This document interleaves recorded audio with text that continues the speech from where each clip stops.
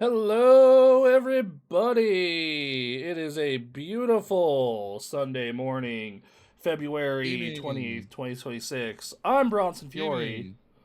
joined by Duncan Crabtree yelling gaming like he's a Pokemon. Gaming. Gaming, gaming, gaming. Uh, I don't know about you, Bronson, but I Alright. think people are still gaming this week. They probably are. I mean, I did a lot of gaming this week. I didn't do as much gaming. Well, You did? no, I played a lot of game. I gamed, but I only played like 2 video games. I played like three. I played three, but I spent most of it in one. We might as well do what we've been playing Mm, now. It's probably gonna be short this week, right? yeah, sure. Uh, Uh, uh, um, well, yeah. I played some Pal World, Okay. uh, which I did last week, as we mentioned, and I continued to progress on the technology tree of Pal World. I've gotten into breeding my pals to get the best passive abilities on them. He's breeding And his slave camp. I'm breeding my slave camps to make better slaves because they need the work slave attribute, which makes them better at working without losing sanity. Uh, and I've been setting up the more advanced bits of an optimized Pal World base Okay. uh, and uh, and creating perfect mounts. I've got a perfect Jetragon, so it moves around really fast. All right. Uh, and then the more interesting thing that I played was Barony. What the Uh, hell? I saw this on Steam. I think you've talked to me about I this. have I have Uh, talked about this I I before. I went on the Steam profile and it like recommends you buy it in packs of four. Yes, it recommends you buy it at packs of 4 because it really wants you to play it with 3 friends. Okay. Uh, I generally do play it with 3 friends, but I play it more alone because like I'll tell you, a game like that gets way slower with 4 people because every 10, 15 minutes, somebody has to go do something and you gotta wait. Uh, so it's a dungeon crawling roguelike, right? Okay. Oh, And so this is a game I'm never gonna want to play. That's good to know. right, right. Uh, and the idea is you go down. I think by default it's 38 floors, hmm uh, and you get to a final boss and you kill it. And you're looting and gearing and leveling the whole time. And Okay. you've got a Skyrim like sort of use it to level it system for all of your skills, and then you identify gear and you wear the gear, and so the reason I've been playing this week is because they just came out with their third major DLC. They do expansions, right? So they're big updates to the game, but you have to pay for them. And each of them are about $7. And they've done their third one, and a lot like all the previous expansions, they added 5 new races to play and 5 new classes.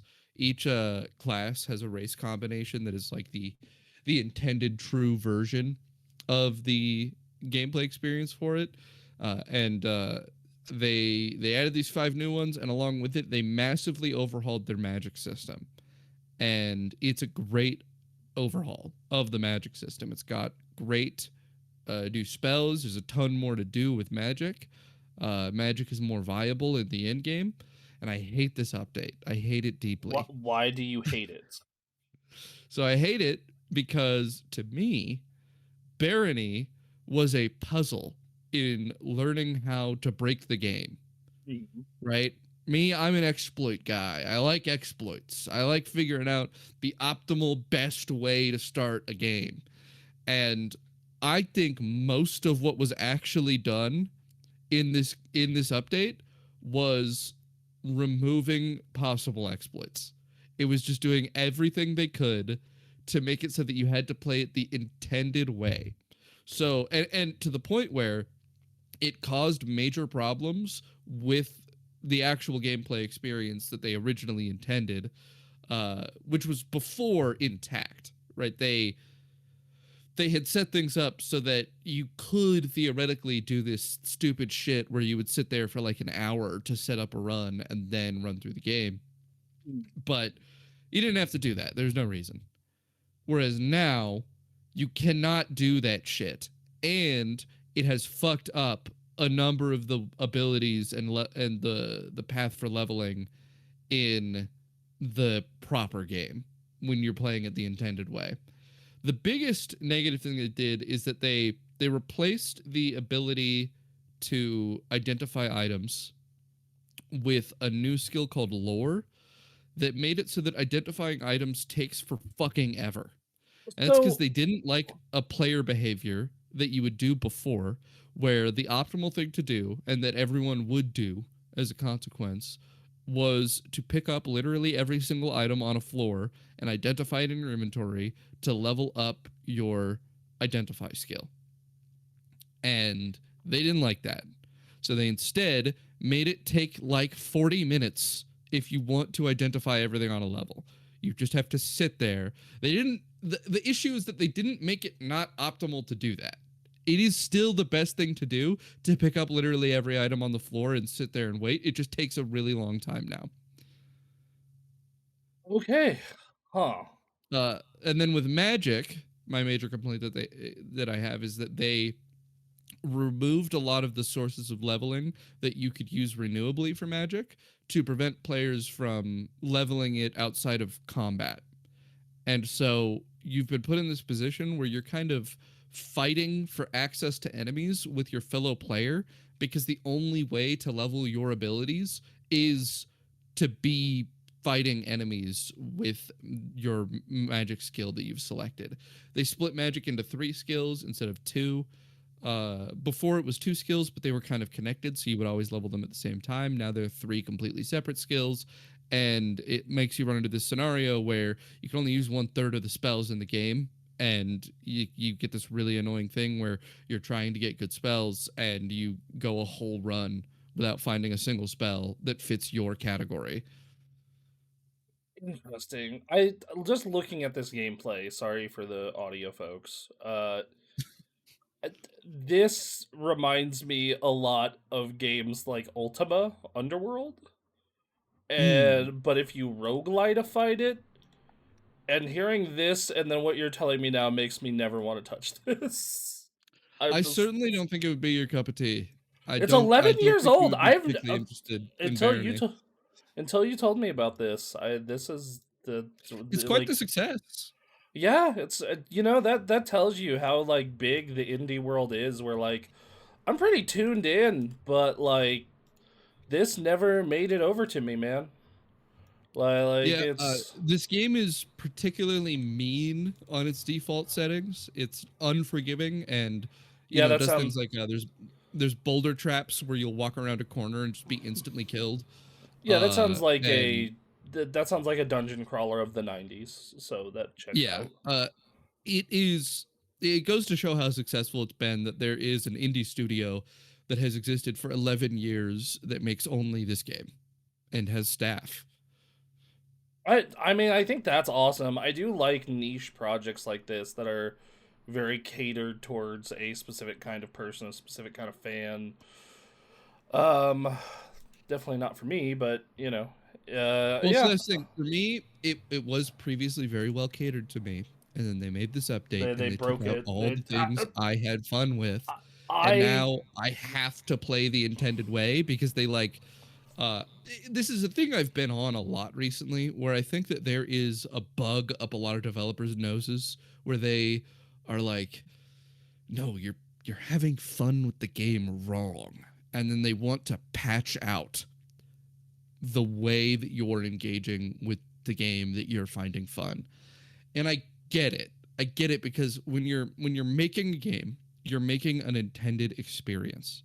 You're yep. making a this is how I want people to feel while playing the game, and people can have fun with your game in a way that isn't your intended experience. And that can to some extent damage your artistic intent. It can damage the thing you want to convey, because you'll find that some players will pick up your game and they will be conveyed a completely different feeling than the one you intended, and you don't have any control over it. And I So think this is an example of a dev correcting because they didn't like a mode of engagement that a lot of people were doing, and they saw it as a flaw with their design that people were playing the game that way. So I think that it very much depends on the kind of game for me, whether or not I'm okay with that. Like I, you know, and I think like in this case, I'm like, why? That just ruins a game like this. Is already really open ended. Like I don't know why you'd patch something like that out of, say, like something like Skyrim. Like if Skyrim had something like that, versus I look at something like, I don't know, oh, like Expedition 33, where I'm like, oh, okay, well, you're obviously looking to do this very specific story experience. Like, fine, like I'm okay with you tuning the gameplay in a way where you can't have we fuck with it, you know. And I guess it kind of just depends I'm on what the game is. I'm okay with them doing it in that it's obviously well within their rights, and they have a good reason. Mm-hmm. I don't like that they do it. This is in fact my biggest problem with The Witcher 3. I've never played through The Witcher 3. I've started it up like twice, and I bounce I've off of never it finished The immediately. Witcher 3, if that makes you feel better. I bounce off of it pretty immediately because there's really nothing you can do to make your character powerful early on in The Witcher 3. You're Hmm. just you're going to be about as strong as they intend you to be, uh within a very contained bound, right? There's there's only a gap between the player that does the the least, where they just walk through events and they, and they just go straight through, and the player that does the most, which is the guy who gathers everything and does every side quest and, optimizes their character as much as possible. The gap between those people, while meaningful, isn't going to be crazy. The guy who does everything isn't going to completely breeze through the game and just have no problems whatsoever, and the guy who does nothing isn't going to find an impossible challenge ahead of him, even on the hardest difficulties.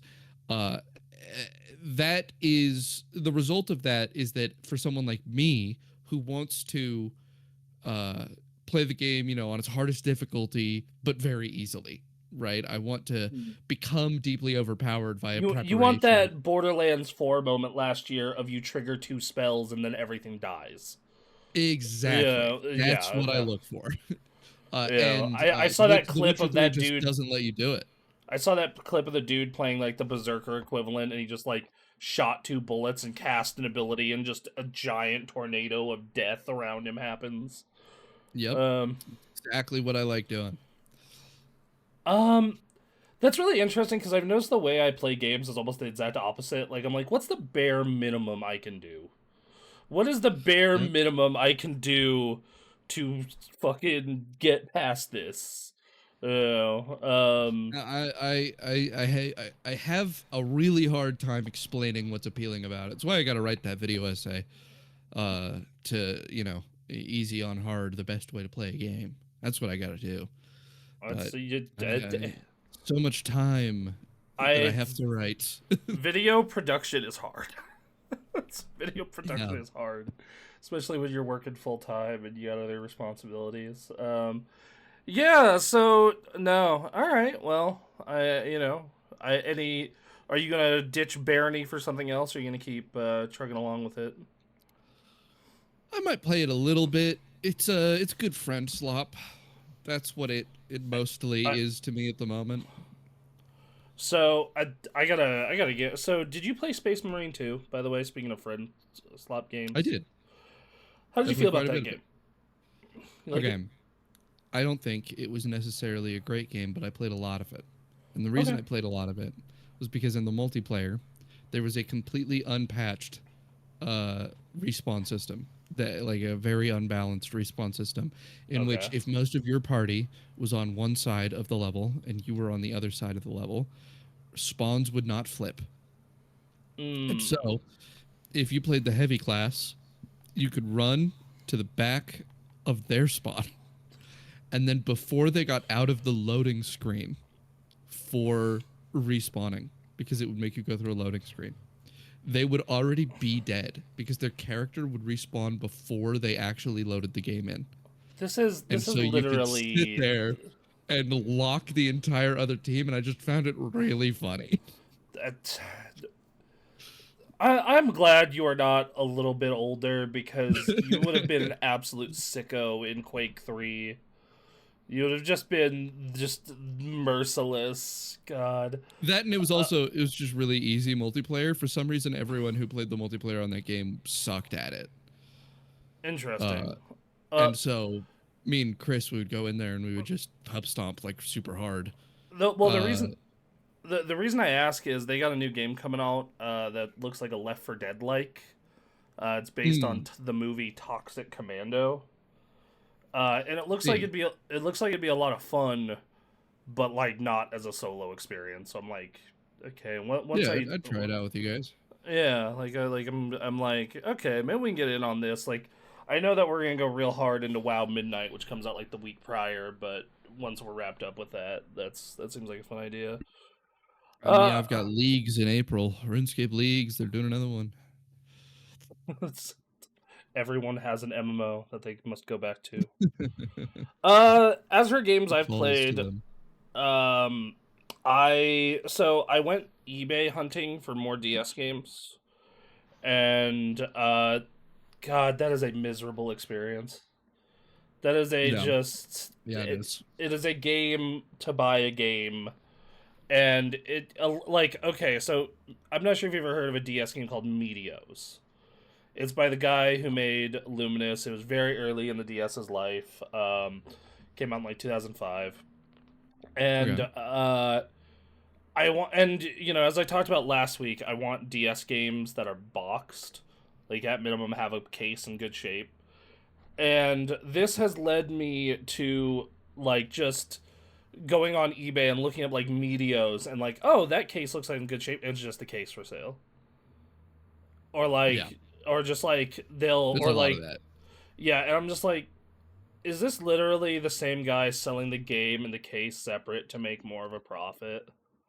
Yes. Yes. And I'm just like, you fucking suck. You suck so fucking hard. Uh, and you run into tons of that. Like I was looking for like Mario Kart DS, because that is a notoriously cheap DS game, and because they printed a bajillion copies of it, of course. And yeah, same thing where it's just like oh, I can buy a case for Mario Kart and then I can buy the game separate. Oh, great, great, love it, and I just hate Well, it. I hate it so uh, much.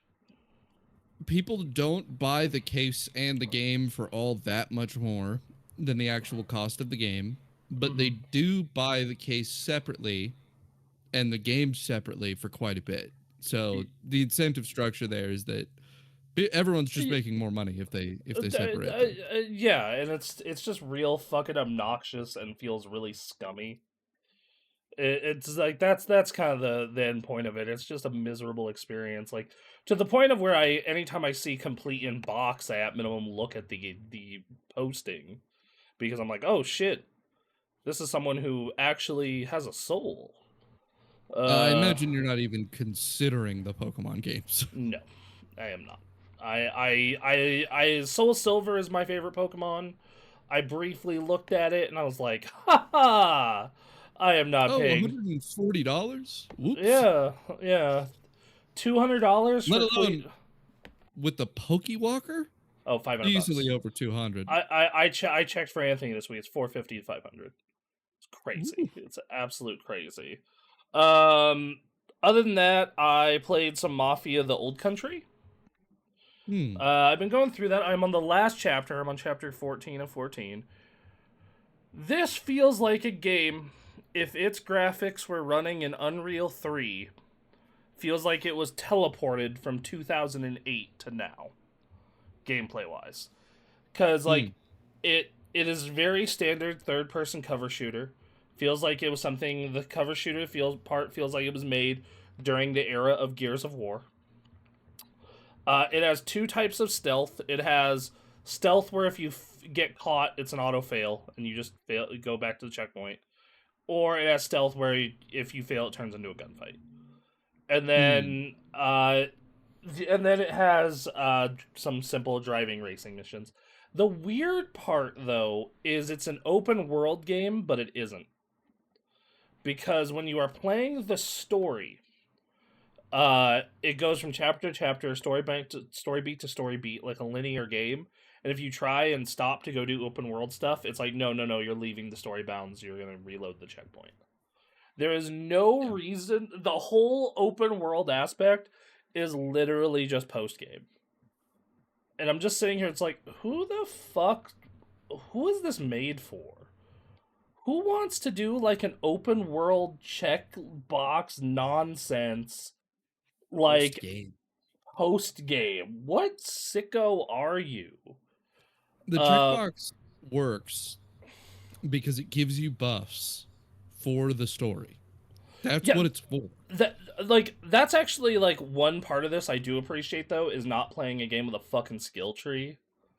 Oh my Yeah. god, that's been just such a relief that I can play through it, shoot, stab, do whatever. Like the only thing that has stats are like guns that you buy and your knife durability, like in car dirt like speed, like just that kind of stuff. But even then, it doesn't affect story that much. Like, okay, I can stealth isn't as easy because I have a shittier knife, and I can't one shot dudes in stealth. I have to choke them out. Hmm. I think that as a game as a whole, like it just feels very old, but I'm still enjoying it. Like I'm enjoying the simplicity of it. Like how much I just don't understand why they. The only reason I can think of that they bolted this open world aspect onto it is, oh well, the old ones were open world, so we have to do that here, or they wanted to check a, like, oh well, we want to be able to put open world in our searches on PSN and Steam.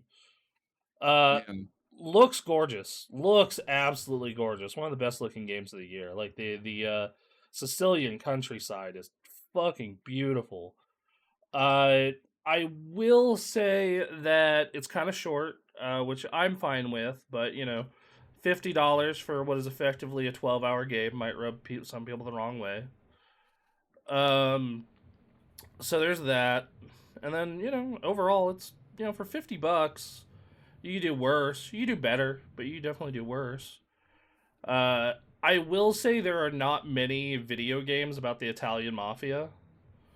Mm. Like very few. Like it's like GTA 3 and Liberty City Stories, the two Godfather games, some really fucking old PC games, and like the Mafia franchise. So, and I'm a sucker for a good mob story. Like I love The Godfather, I love Casino and Goodfellas and The Irishman.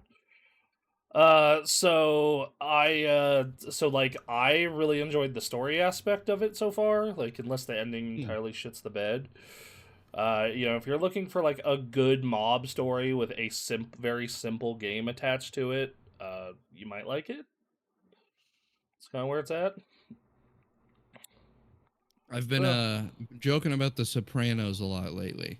A couple buddy of mine they started the Sopranos, mm, and that show's just it's such a good criticism of like the mob story archetype, yeah, because man, the mobsters are just lame ass yeah, weirdos.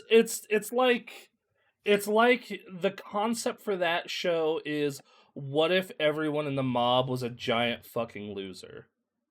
And in real life they are. So Yeah, so yeah, it's like no, they're not a bunch of badasses following a code of honor. They're criminals who are assholes. yeah.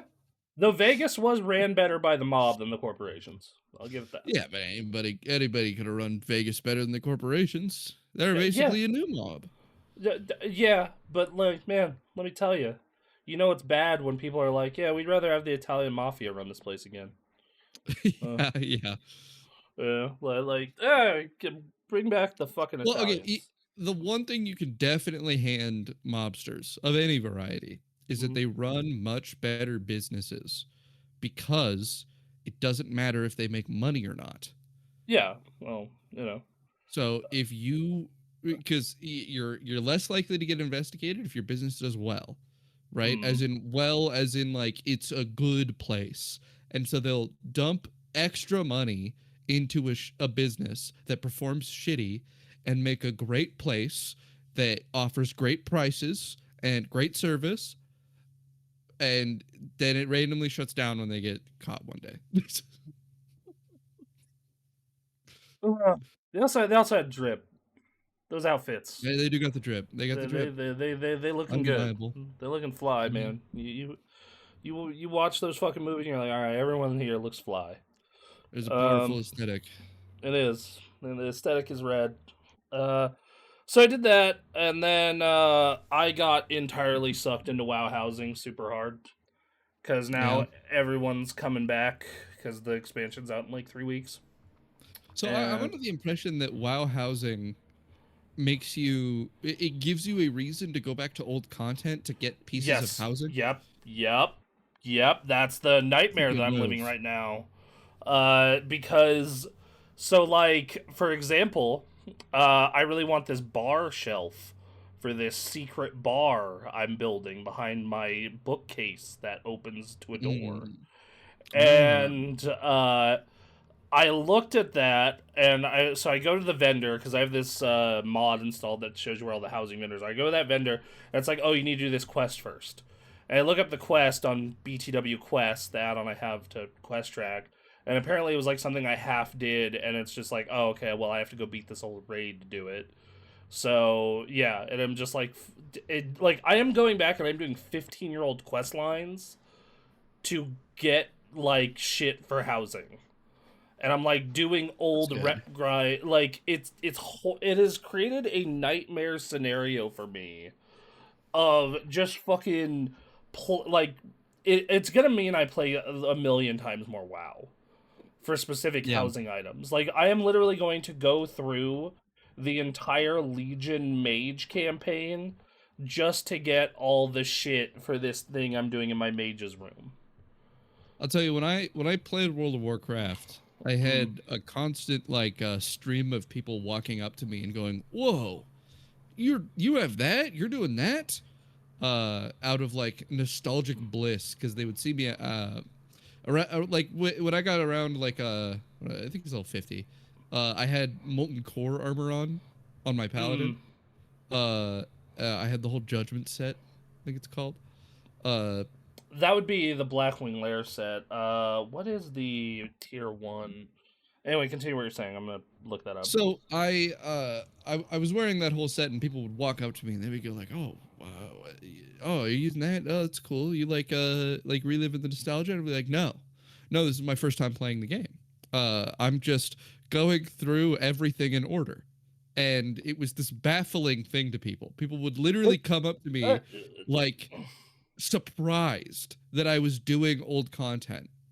And most of my Lawbringer experience, is what that one's called. It's the one with the Lawbringer, banana shoulders. Um, yes, it had the banana shoulders. So I was wearing full Lawbringer and I was doing quests that nobody had touched in years.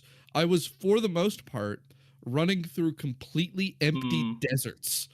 Just just uh, this dead game everywhere that I was going, with the occasional guy with insane maxed out gear clearly flying through an area that he used to love out of nostalgia. He would see me and he'd go, "Oh my god, I can't believe someone is really doing it.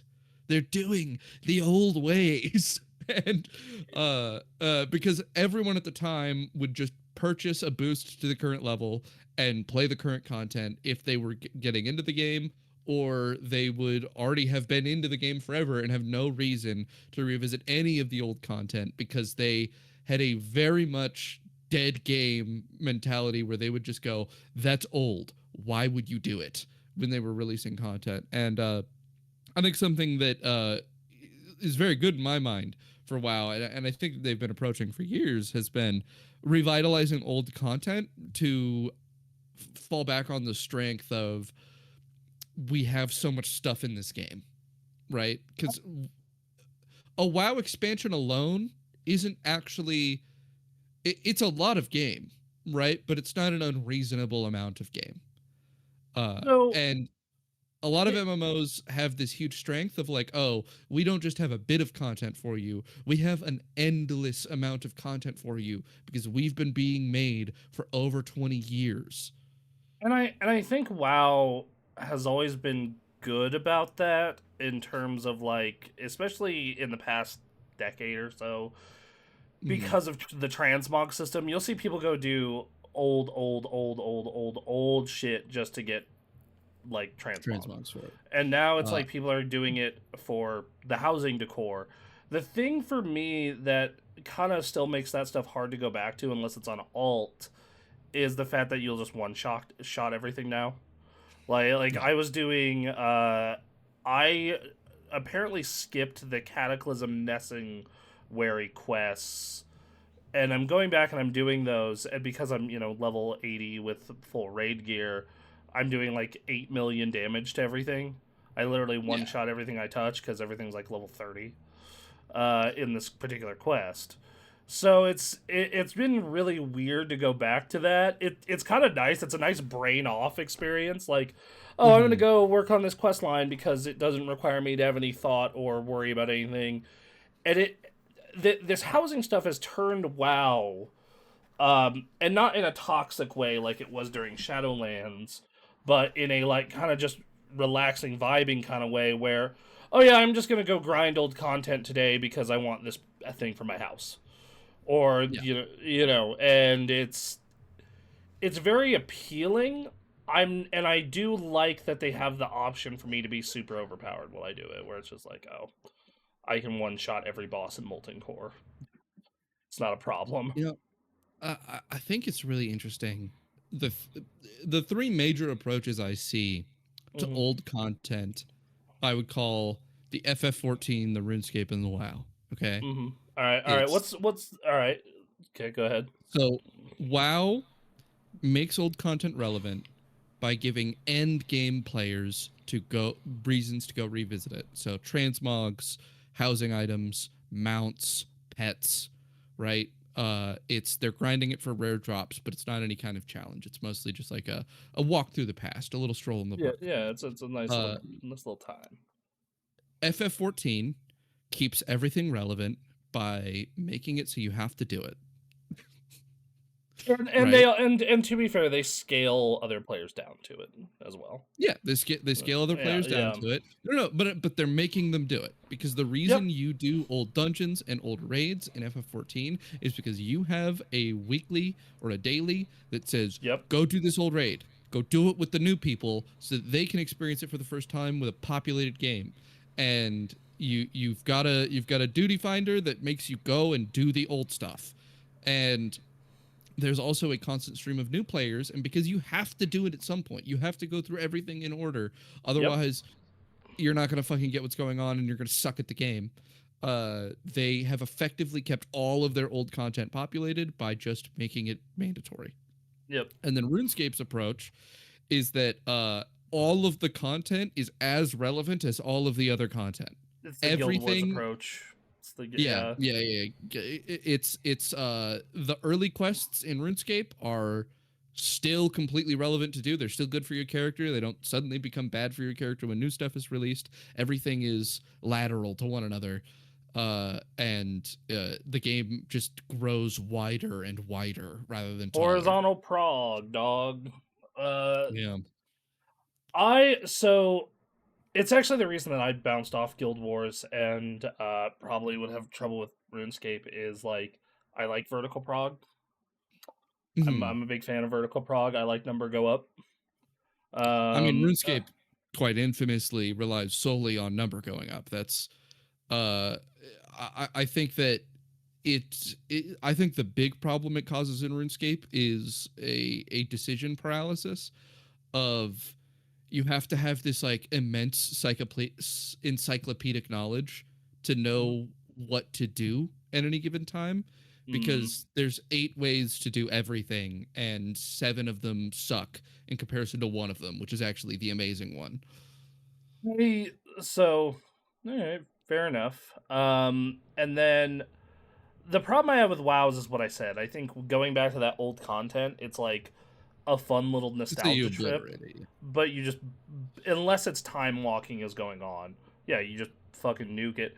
The problem with I think 14 actually is the worst problem out of these three though, Hmm. because going back to older content for, because like I captained that game, I did end game, like I'm no by no means an expert like some of the people in our Discord server, but um is whenever go do the duty finder and I get like something that's like Stormblood or backwards, I hate it.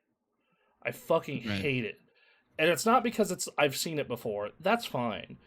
It's because they adjust your rotation to be whatever it is at that point in the game. Yeah, they do. And like sometimes you'll get like a level 20 dungeon and you have like two buttons. And you're like, this is the most boring fucking thing in the world. I hate this. Or, it was notorious for years because Crystal Palace was like the only raid that was required for like Alliance raid that was required for the story for the longest time. Hmm. You would constantly get Crystal Palace and that duty finder. So you're tired of seeing Crystal Palace, and on top of being tired of seeing Crystal Palace, you have a level 50 rotation, which is super fucking boring. Um, My biggest problem with the approach that FF14 takes is that that's a lot of video game to get through to play relevant I, content. and well, and also you can't really play do it much with your friends besides like RP until you do all that. Like Yeah. you're not gonna, and when I got into that game for the first time during Heaven's Ward, I got like to level 35 and I left. I was like, fuck this, I'm done. And then I came back during the very end of Shadowbringers into the launch of Endwalker. I capped. I did endgame in the front half of it, Endwalker, and getting to cap uh took 700 fucking hours, or not 7 hours, 300 hours. It took 300 fucking hours, dog. I mean, I have 150 hours in FF14 and I'm at How far are you? Stormblood. Yeah, yeah. So that checks out because you still have Shadowbringers to go and Endwalker. So yeah, hitting cap is 300 hours to be able to realistically do stuff with your friends that is relevant content that matters. And Yeah. like, yeah, that story's good. I like that story. I think it's paced like dog shit, I will but say they have one built-in solution for this, and that is the mhm. job system. It is very easy for your buddy to go, "Oh, I'll play with you." Rolls another job, plays that with you through your progression. Yeah, That's what I did. It's what some of my friends did with me, and that's cool. That's cool that you can that just swap your class and then be a low level and go play with your buddy. so the issue I have isn't necessarily like being low level. It's the fact that like most of the game is just watching the cutscenes, talking and walking. So it's like, Yes. okay, I did this dungeon with you. All right, cool. I'll talk to you in 3 hours when you get to the next one.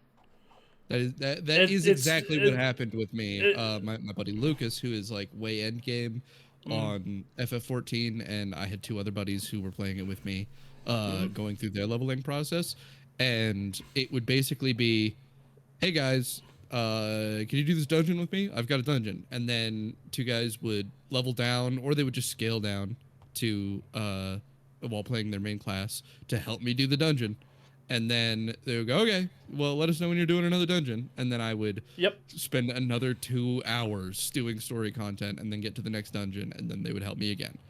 yep. That's it. That's exactly what I was doing. Like that. That's what I did when my girlfriend played. Like, like anytime, like she'd be going through the story, and like anytime we did some like I almost some transmog and mount farming along the way. But for Hmm. the most part, it was like, all right, cool. Let me know when you get to a dungeon or raid, and I'll come tank it. And that was Yeah. that. Like, because it was fucking just that. That's all there really was you could do. Versus like, I look at WoW, I look at Guild Wars, I look at even RuneScape, where in WoW, I can just make a new character when you make yours, and I can just play the entire thing with you, like front to This back. is way worse with RuneScape. Yes, Uh, okay. RuneScape is a single player game until 250 hours in. That's yeah, okay. That's real. That's might as well be as bad as Final Fantasy in its own way. Yeah, it's no, I I think it's totally worse. With Final Fantasy, you can level down and participate in stuff with your friends. The earliest multiplayer activity that you can actually engage in and like have a reason and that it's good to do is Barbarian Assault in RuneScape. And Barbarian Assault is a mini game mm, uh, that you've really got to get like base 60s in all of your combat skills. And that is, uh, if you're fast, you can do it in like 25 hours. Uh, Most people, I'm going to expect them on their very first time playing the game, that's going to be like 50, 60 hours in. And then they can do one activity with their friends. And then from there, it's like another 100 hours. Really, the first like proper multiplayer activity you get to in RuneScape is raids. And raids, I didn't do until I had fully maxed the combat on my character. That was easily, I mean, for me, that was over 1,000 hours in, but that's because I've been playing since I was like a child. So it was a very slow leveling process. Uh, so and I feel like that goes entirely against what an MMO should be. yeah. Like in WoW, in Guild Wars, I can just be like, all right, I'm gonna make another character, and I'll just rock with you. In fact, in Guild Wars case, you can just go do the shit because, like I said, it's horizontal prog, so I'm still getting shit if I come to you on my max level character. Um, versus and like WoW. Well, first off, WoW's leveling experience now in retail at least. I don't play classic because I'm not a giant fucking nerd. Uh, jokes, everybody. I just like to make fun of the Hey, classic nobody's community. gonna be playing classic soon. Why is that? Oh, there's rumors about that it's gonna be losing support after its next update. Oh. Well, I know they just put out. Yeah, but they're restarting. They just put out the Burning Crusade servers this week, like for the anniversary Mm. edition. So I poke fun at the classic community because like it just feels like a bunch of dudes who can't let shit go. Yeah. And it's also, to be fair, it is the only MMO of that type that's like that big and still around. Um, anyway, so but like in retail today, like it takes like 20 hours to cap, maybe 25 if Well, you're no, slow. RuneScape has implemented one solution to this, right? Mm, And it's a solution that was initially created by the community, as many of their solutions to problems with the game have been. Um, Originally, of course, the infamously popular major solution to a lot of the problems in RuneScape was the Iron Man game mode. RuneScape is deeply money poisoned, where at any given time, the best thing for you to be doing to progress your account is the thing that makes you the most money so that you can spend the most money possible on whatever thing progresses your XP, right? mm. Because the most expensive training method is going to be the best one. And so you should just be getting a ton of money to go do the most expensive training method to get, to spend the least time. And so that would lead to, you know, a 200-hour grind of just this monotonous, insanely boring money making task, followed Or just by a RMT. 100-hour grind. Yeah, or just real money trading, right? Or So RMT. Iron Man fixed this problem by making it so you couldn't trade and you had to go get every item yourself, which means content that you would normally never do, like abyssal demons, right? Normally you would Mhm. buy a whip because the whip is a really good weapon, and you would buy a whip for 1,000,000 gold on the Grand Exchange, and then you would just never ever go get abyssal demons, and you would have a whip for like most of the time playing. As an Iron Man, you're gonna train up your Slayer, you're gonna go fight abyssal demons because you want your whip, and that is it's a really interesting process and makes you engage with way more of the game. So that was one of their early fixes for a big problem. Their big problem fix here for the game not being multiplayer is that they implemented group Iron Man mode, which is where you can trade with other players. You could just only trade with the See, specific other players in your group, and then every bit of resource gathering is kind of a multiplayer component where you're all working towards a grand project of having lots of resources. see, the thing that and this is where I think most of these, besides Guild Wars, might actually fall apart for me. Is like, I don't want to start a new mode or a new character. I agree. That is the part that sucks. I think Yep. that, like, in WoW's case, it's like so fast, at least, that it's not as much of an issue. Like, it's like, like, once again, let's say you were to start a fresh count, fresh character today. Yeah, we could cap you in probably 20 hours. Right. And Well, that's, and the big problem in RuneScape that this causes is that if you want to play with your friends, your real um, only option for actually interactive gameplay from the start with your friends is Group Iron um, Man. And Group Iron Man is completely ruined when your friends stop playing the game. And you're all mm, still 200, 300 hours from the engaging and interesting content that you so, started playing for. I, So your friends are really likely, if they're new players, to completely bounce off of Group Iron Man, which means Group Iron Man is actually a game mode for 4 super obsessed sweaties who have already been playing for years to get together and make a team and play super obsessed sweaty together. okay. Um. Anyway, I'm gonna get fucking Jesus. That game. We always do this with MMO talk. We We do. We always get so do. grabbed. I just. Oh God. Back in the day, Anthony and I had to make a separate podcast for MMOs because it was taking Yeah. so much of our time. Like, I remember, like, Nick came and listened to the show, and he's just like, "You guys need to put this somewhere else. This is You need this to, is not everybody cares about MMOs. yeah, this is eating too much of the show." So we made a show Yeah. called The Raid, and it went real well, where we talked about WoW and 14, and occasionally we would try a new MMO, like I'm when not Guild even Wars came out. playing an MMO right now. And yet, I still have so much to say. Because it's an interesting genre, and like I forgot to put this in the docket, so I might as well talk about it now. Ashes of Creation died this week. It did. I got my Steam refund for that, by the way. Huh? I contacted Steam support and, like, this is a scam, and they're not going to be working on it.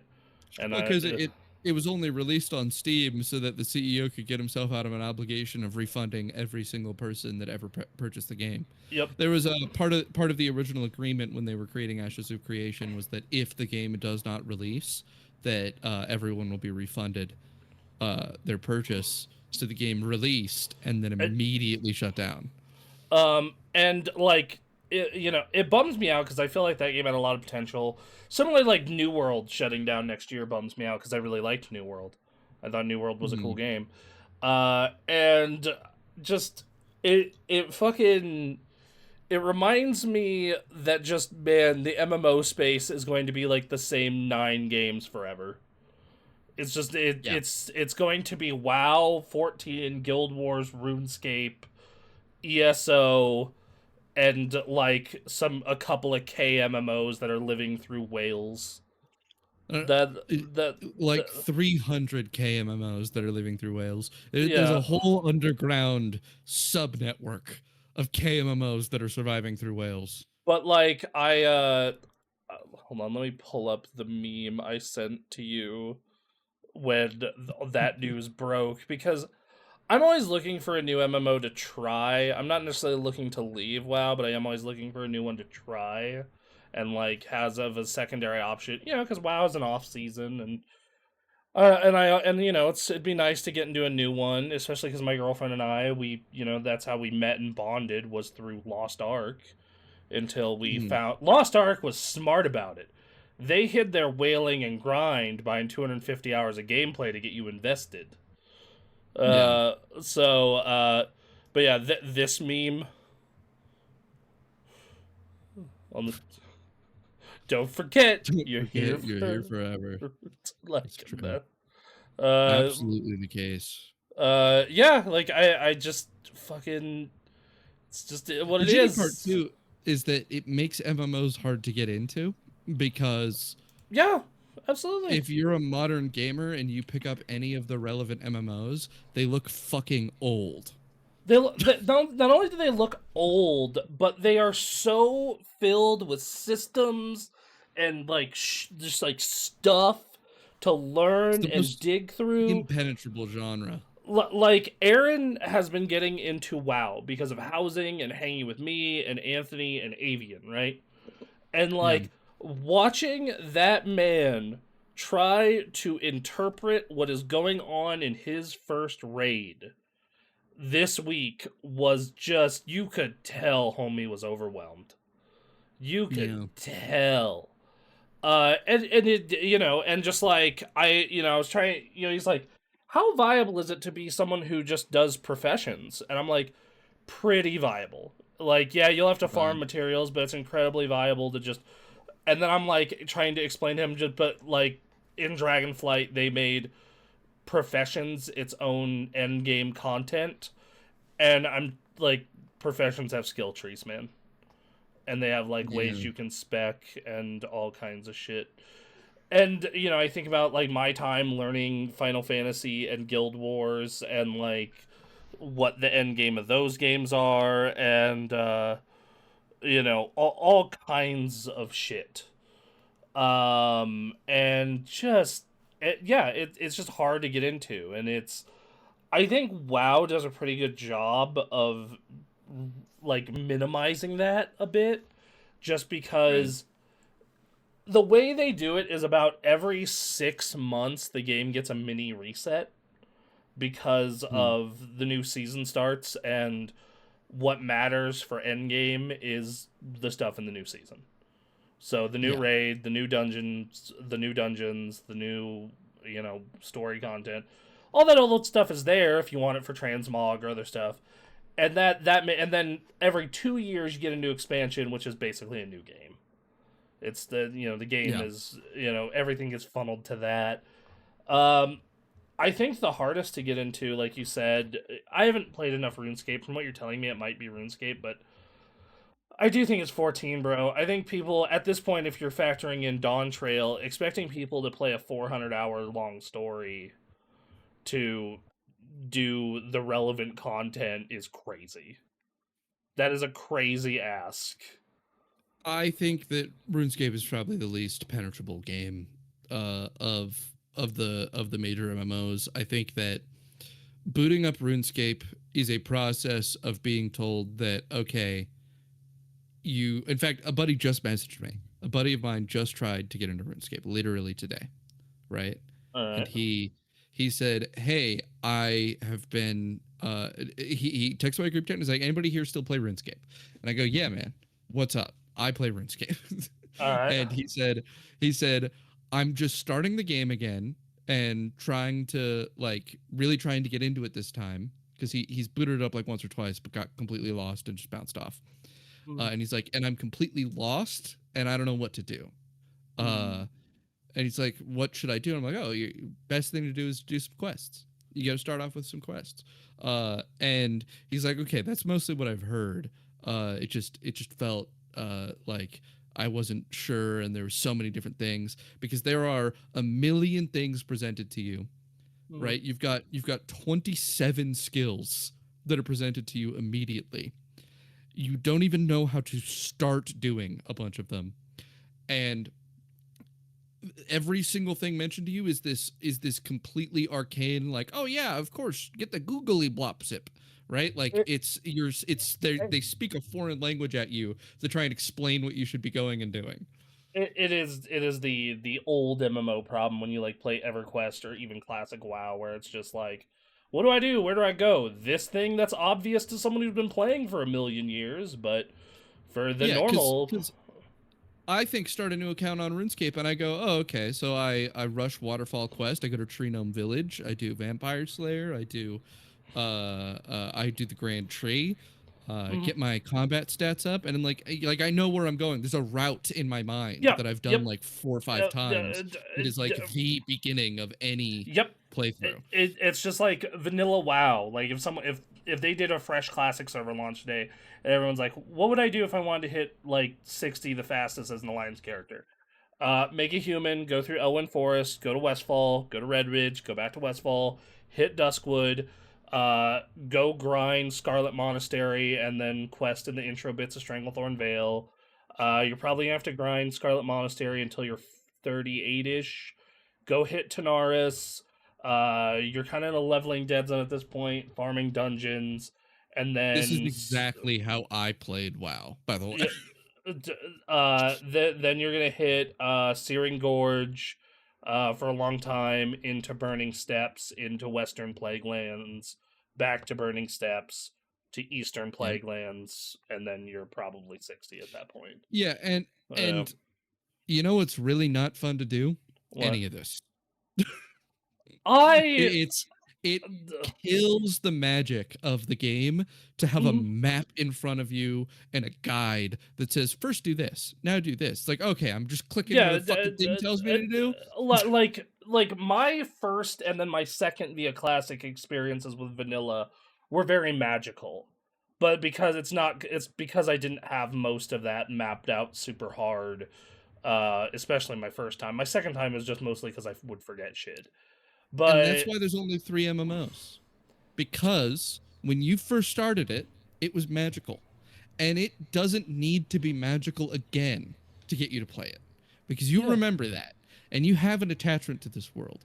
yep, I felt magic when I played RuneScape as a 7-year-old. yep. And it doesn't need to have a good player experience for me because I was 7, right? And now it doesn't need to have a good player experience for me because I already care. So I mhm. will go through that route no matter how basic it is, no matter how instructed it is, because I have a goal in mind. I want to do this thing. I know where it is. I'm already engaged in finishing that. And all of this stuff between is not itself the experience for me. It's a means to the end of the experience that I already know I want. For a new player who picks up RuneScape, they do all these things, and it's a series of chores, and it is the game. There isn't a game at the other end of it that they're looking to go play. They don't know what's over there. They're just Well, being given the series of chores and going, why the fuck would I do this? This sucks ass. Well, this is exactly why. If someone asked me like, I want to get into WoW and play with you and Aaron and Anthony and Avian today, right? I would say, okay, this is what you're gonna do. You're gonna play through Newbie Island. You're gonna play through Newbie Island. It's like 3 hours, and then you're gonna go and you're gonna use the boost that comes with the expansion to boost whatever class you're interested in. You can do class trials. There's a trial for every class. You can try those if you want. And then after that, you're gonna boost that character, and you're gonna play through, because the game now has built-in story recaps. You're gonna play through the War Mhm. Within recap, and I believe Dragonfly's recap, and the Dragonfly recap. And then at that point, come talk to me, and I'll walk you through the systems, and you'll be good to go to play with us. It is just I'm removing all the shitty parts of it to get you to that point. You know Uh, what? You know what I would do what? if I had to get someone into RuneScape. Uh, I would not start them with RuneScape. I would start them with videos about RuneScape. mm, All right, because the fun stuff is completely invisible to you when you start RuneScape. And so instead, I would have them watch other people do the fun stuff until they're like, yeah, I want to do that. what this tells me really is MMOs are terrible video games. Yeah, They're they're fucking terrible video games. horrible. They're They're fucking horrible horrible. video games. They're And they're horrible. They yeah, I remember Josh Strife Hayes put out a video about the Lost Ark, or not Lost Ark, the Ashes of Creation closing thing this week, and I was just like, and he's just like, look, these are dude, significantly worse video games than normal video games. These are yeah. literally just chat rooms with a I game bolted got on.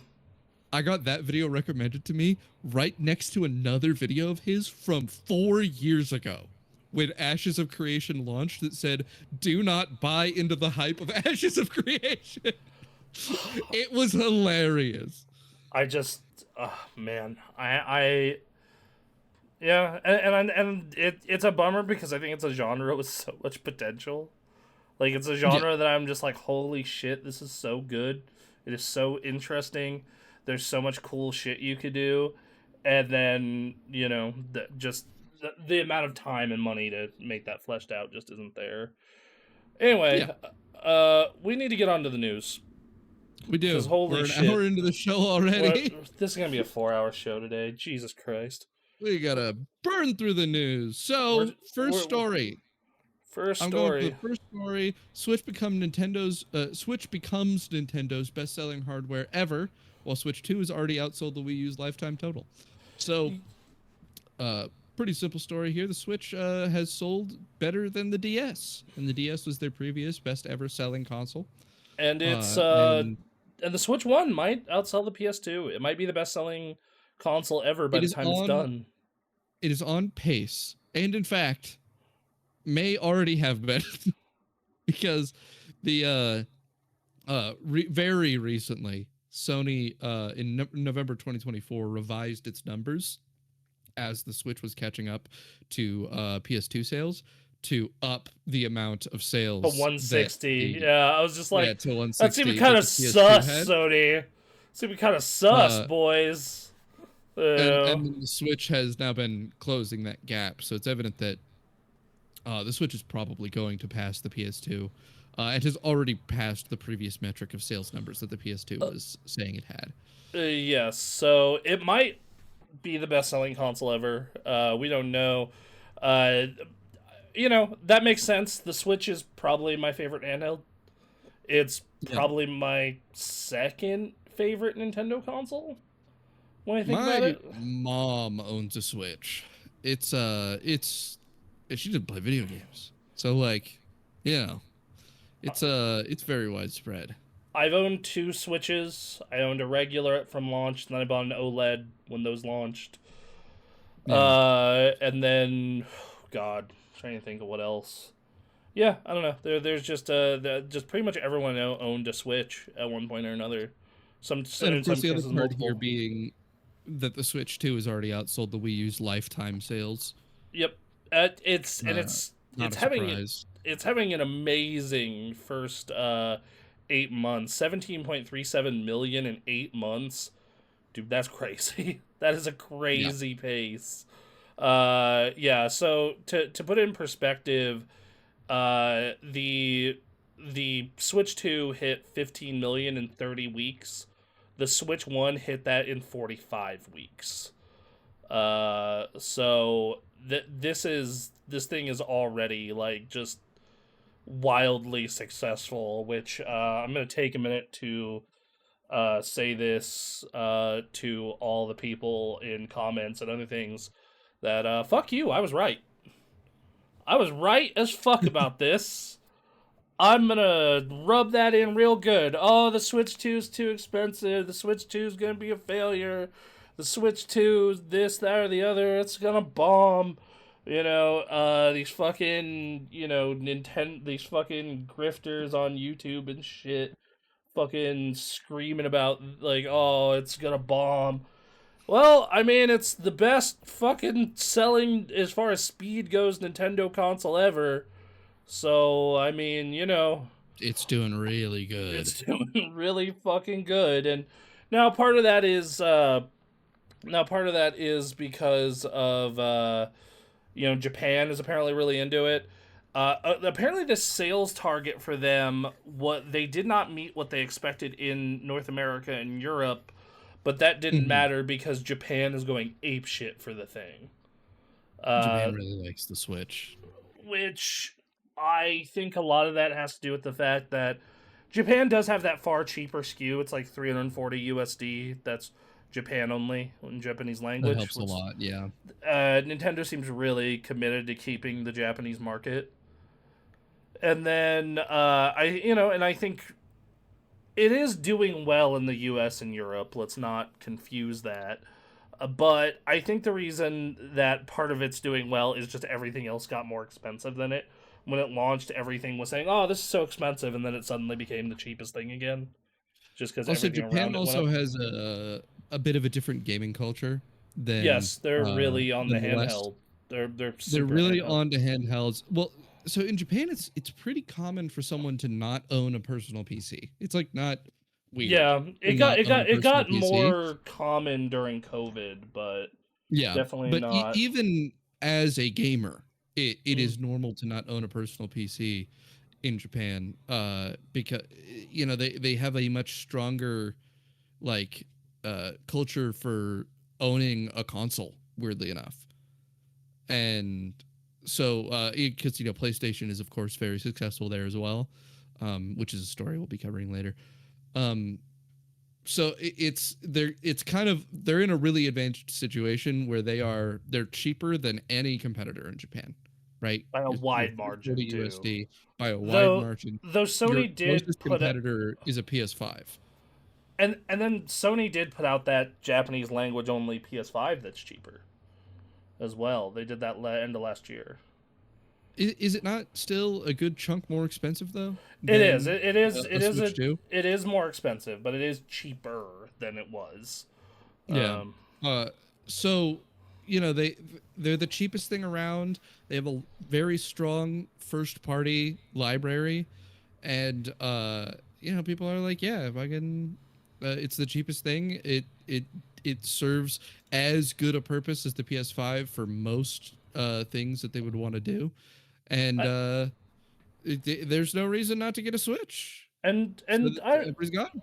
they and more third parties are on the Switch too. I know they just had that direct where they're like, Final Fantasy VII Rebirth is coming in a couple months, and Resident Evil 9 is day and date, and Digimon Time Stranger is making its way over, and the Switch 2 is powerful enough to get a lot of the games you've been getting over the past 5 years, and more than powerful enough for indie games. So it's like, yeah, dude, why sweat it, right? Like I know that they did we have this as a news story? I need to check our news stories real quick.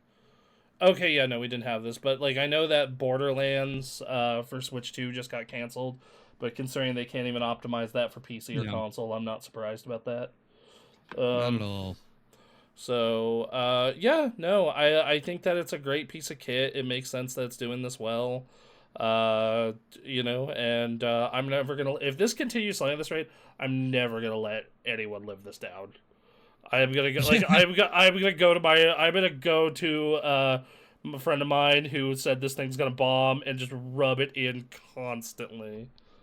Yeah. Um, And, I'm gonna roll this into the second story, yeah. which What is is our that second story? Oh, oops. Hold on. well, There we go. while the Switch 2 itself has been incredibly successful, there are two first-party games that have been not quite as successful by Yeah. Nintendo. So, just gonna put it this way, everybody. It is very unlikely that we are ever gonna see Metroid Prime 5. It's like, Yeah, Metroid Prime 4 and secondly Hyrule Warriors Age of Imprisonment both have not been included in the sales metrics for their investor reports. And the reason being is that they only include games that have surpassed 1 million sales in their investor reports. So so, both games haven't made it to 1 million. Uh, it's possible that Metroid Prime 4 made it to 1 million in its combined platform sales between Switch and Switch 2, but if it's combined platform sales are still only 1 million, 1 million is way below targets in the first place. yes, So so, real uh, quick, Koei Tecmo has confirmed Hyrule Warriors did hit 1 million. They, no, they, they did confirm that. So, Nintendo didn't confirm it. They didn't have it in their list, but Koei Tecmo, the dev of it, said the game has now hit 1 million mm, sales. I see. So, They probably didn't meet it in time for the investor report. right, Is which, probably what it was. which kind of a bummer because I really liked that game. It is my favorite Warriors game. Yeah. Uh, yeah, this is real bad for about Metroid Prime 4. A lot of people are So I believe Logan Plant from IGN said it did crack 1 million.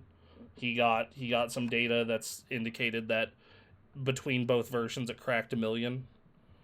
But But again, in that's both cases, 1 million is not their sales targets. no. They are almost certainly hoping for much more.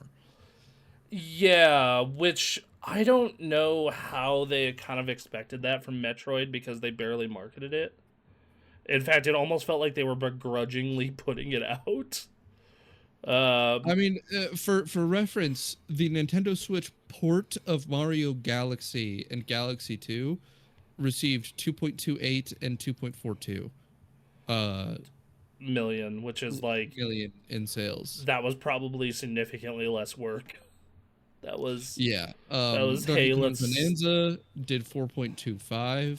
That's great. And then of course they have their really big hits, which is Mario Kart and Legends ZA. Mario Kart at 14 million and Legends ZA being at 12 million.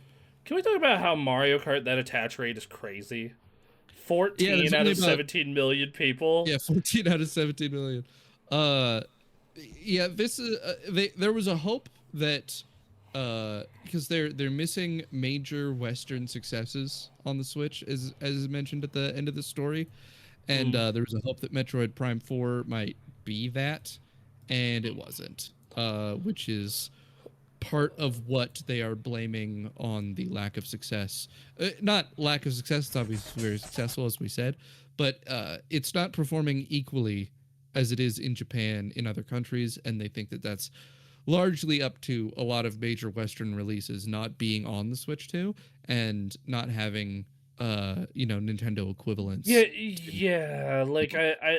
I think like of the big games last year, like Expedition 33 was not on Switch. Uh, Kingdom Come wasn't on Switch. What were other big ones from last year? Um, Hades was on. Hades is the only console you can play. Switch 2 is the only console you can play Hades 2 on. So No, you can play it on Steam now. I said console. Uh, Oh, console. yeah, it's the only console you can play Hades 2 on.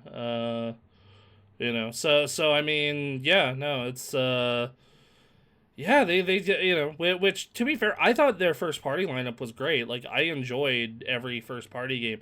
Kirby Air Riders I didn't vibe with as much. I thought it was a good game, just wasn't. I fucking loved Kirby Air Riders. Like I love Donkey Kong. I had a great time with Mario Kart. Uh, Metroid I'm still working on finishing, but I have enjoyed what I played, even though it's like it doesn't fully feel like Metroid Prime. It feels like the Legend of Metroid. Like it feels like Yeah. someone took the Ocarina of Time blueprint and applied it to Metroid. Hmm. So, yeah, no, it's but yeah, this is a bummer though. This tells me that unless Nintendo realizes, hey, we didn't exactly market this great, uh, and like it was in dev hell forever, so we're gonna give you one more chance. Because I know Retro Studios has said, hey, we're already gearing up for another one. We have the Mm. engine, we have the tech, we're ready to do another. Uh, Unless like Nintendo, which Nintendo has done that. They've said, okay, we'll double down. We'll double down on something that didn't meet expectations, just to pad out the portfolio. So unless they do that, though, I think going forward, I think Metroid is going to be a very 2D centric franchise, especially because Dread did really well. Dread, I Yeah. think, broke 5 million copies from what I remember. So yeah, that's a it's a bit of a bummer. Their other first party games, of course, did great. I mean, Pokemon over 10 million, of course. Metroid, Donkey Kong 4.25 isn't nothing to sneeze at. Mario Kart continues to print money, so Crazy sales for Mario Kart. it's so Uh, nuts. which I think these fantastic first party sales leads to our next story. Our next In that story. Hold on. You gotta give me the a second. You gotta give me a second to pull up the graphic, man. gotta pull up the graphic. That's true. There we go. All right, go ahead. Okay, the Nintendo president says increasing memory costs won't affect Switch 2 price for now, but if it continues, it will reevaluate. So, memory has gone crazy expensive. That's going to be multiple stories about that this week, Yep. and that's making everything more expensive to purchase. It's a big concern for console makers because if it keeps getting too high, their suppliers won't want to supply them with memory at the same price they currently are, which is bad. Fortunately for the Switch, the President Furukawa is saying that he is in discussion with their memory providers to get enough stock to last them, basically, and that they aren't worried yet about it. But if it goes on long enough, they would have to reevaluate their pricing. There's a real chance that they get through this entire stock of memory that they already have a deal for, and then memory just is still expensive afterwards. At which point, they're probably going to make the games, the console more expensive. But in the meantime, given how successful software sales are on the console and how they already raised prices on their accessories to account for things like tariffs, they are not in a horrible position to be able to maintain where they're at for the time being. Yeah, and knowing Nintendo, they probably bought a whole shit ton of stock to hopefully weather any storms. It's why PlayStation. I think we have this story later, but they said they bought a full year supply of RAM last year Yes. to so we can weather until the end of calendar year 2026. Which, God, I hope this stupidity doesn't last that long. I really. I think there's a reasonable chance it does. In fact, I think there's a reasonable chance that the big boom of demand for memory uh, just never lowers in price. I think that even once like the demand goes down, I think maybe the price doesn't, because when big booms like this happen, a lot of these companies shift their strategy into like massively upscaling their production to try and meet demand, and then they have a small period where they have production to meet demand, and that's like a good spot for them. But the process of creating the infrastructure to make that level of memory that is of their demand is so expensive that to recuperate that cost, they have to ask for the inflated price still, anyways. So even though they have the production to meet the demand, the price doesn't lower because they need the price to be that to be able to make a profit, right? And I think that there's a reasonable chance that what happens is that they finally get out of this major boom and there is a lower demand, but they are still saddled with the cost of massive amounts of infrastructure that they've already created, and that the price of RAM and memory in general just stays high for quite a Man, while after the actual thing doing that you it ends. you would hope that when it comes to dealing with major companies who are doing bulk allotments, Sony, Nintendo, Apple, that they would still be willing to give bigger discounts because of pure volume. That is the hope, at least, but that's Well, the optimistic. thing is that these RAM manufacturers are really only considering these bulk deals right now. Well, And yes, the that thing that is is driving up the prices is the demand from these bulk deals. It's right, but specifically Sam Altman himself. That guy has bought right. so much memory that companies are looking at it and they're like, making a deal with Nintendo is like a horrible deal because I could be putting that manufacturing cost into a deal with Sam Altman and make like 2 to 3 times the amount of money. Sam, if we don't get people to use this soon, we can't destroy the environment, Altman. You know. Yeah, and it's crazy because the amount of hardware they've purchased, I've talked about before, the infrastructure doesn't exist like in the world to set it up. The electricity grid can't provide the amount of power that would be demanded by the data centers that they have the hardware to make. It's. I have a feeling, and this is just a feeling that this is gonna be it's gonna be an obvious bubble. We've talked about it. And I think what's gonna happen at the end of it is a lot of it, it's gonna pop and it's gonna cause all this fucking used or not even used hardware to hit the market, and you're gonna have a lot of people learn how to make some really cool home labs because you can fucking buy a fucking server rack for like pennies on the dollar due to this stupidity. Yeah, Uh, I just the thing is that I think that artificial intelligence is still not going to go anywhere. I don't think it's gonna Right. go anywhere. I just think it's fucking incredibly overvalued.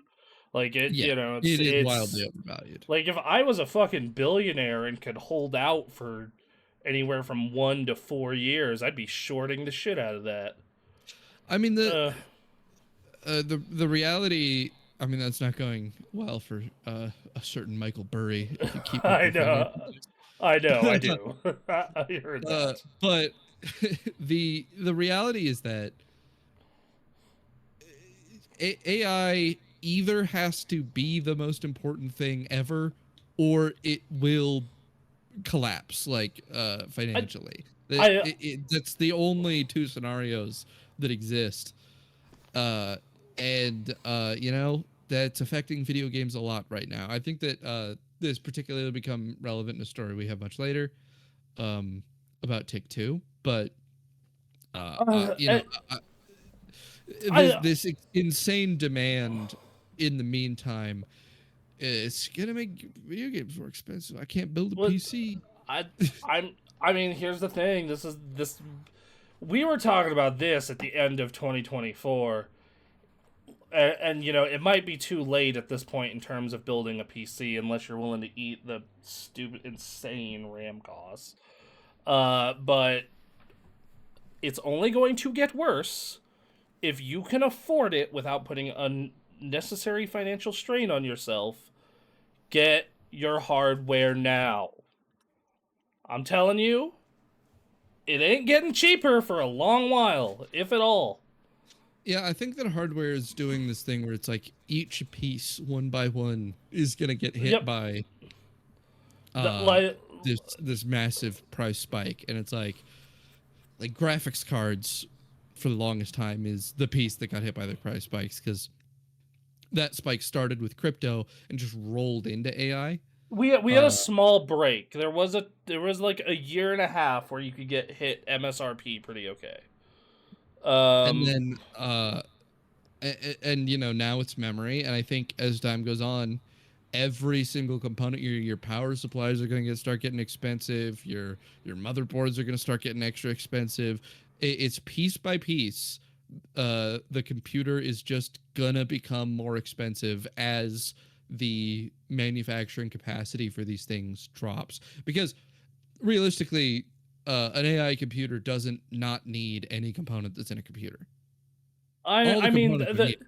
the CPUs are different though you know you're and thankfully for better or worse, uh, you know the way CPUs are made, the yields some of those have to go over to the consumer end of Yeah. things because they're just not good enough. Which is probably why you haven't seen CPUs go fucking crazy yet. But yeah, no, it's right now. I built a PC for roughly 3,500 back in July. That PC is now worth $5,500. Yeah, it's crazy. The RAM price is at 4x. The video card went up by $700. Like just the NVMe drives are up. I bought a 4 terabyte M.2 for $310. It's currently $550. You know, It's there was a headline that was in tech that is the era of the cheap 1 terabyte SSD is over, right? Yep. And I think that's very true. I think that uh, I think that you're just not going to see it again for maybe like 5 or 6 I years, I uh, I'm and maybe sitting. even longer. Yeah, I'm sitting here being like, I literally built at what feels like the last possible minute before this shit went crazy. Because I was originally going to build in November of last year, but I had the money and I was like, I'm just gonna do it now. And it was July when I ordered the parts. I did the build in August, and then prices went crazy in like October. Yeah, It was this just real fucking lucky bullshit. But I'm telling you right now, if you're looking to buy a console, you're looking to buy a computer, laptops seem to not be going up too much if you're, I know that I recently got asked by a friend of mine who's looking to get a gaming PC for his stepbrother, and he's like, Mm. "Hey, what's the price to build these days? What's the?" And I'm like, "I'm gonna be real. If you don't care about upgrading it and you just want to play games at 1080p, get a laptop. It's gonna be your cheapest route. You can get a 4060 or 5060 laptop for like $1,000. You'll be fine." Hey, the there's a story later. The Steam Machine might be another option.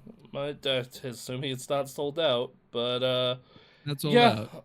yeah. So that's all the Nintendo news. They're doing real well. They're trying to stay affordable while the universe tells them, but no. I know during that investor call, because I get all their investor news because, disclaimer, I have about $200 invested in Nintendo. Uh, which is, hey, our margins wasn't as good as we expected because we sold a bunch in Japan where the margins aren't as good. Yeah. So that's basically the short version. So anyway, But that rolls us quite well into our next story, where while the Switch 2 sold well, maybe not as well as the PS5 for a brief moment. yeah. So during the holiday season, the PS5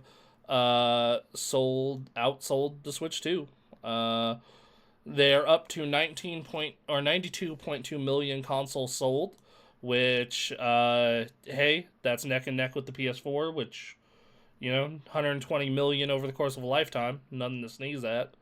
Pretty happy, and they're making more money per unit sold, because of the fact that just people are spending more on subscriptions and digital products and stuff like that. It's more profitable than the PS4 was.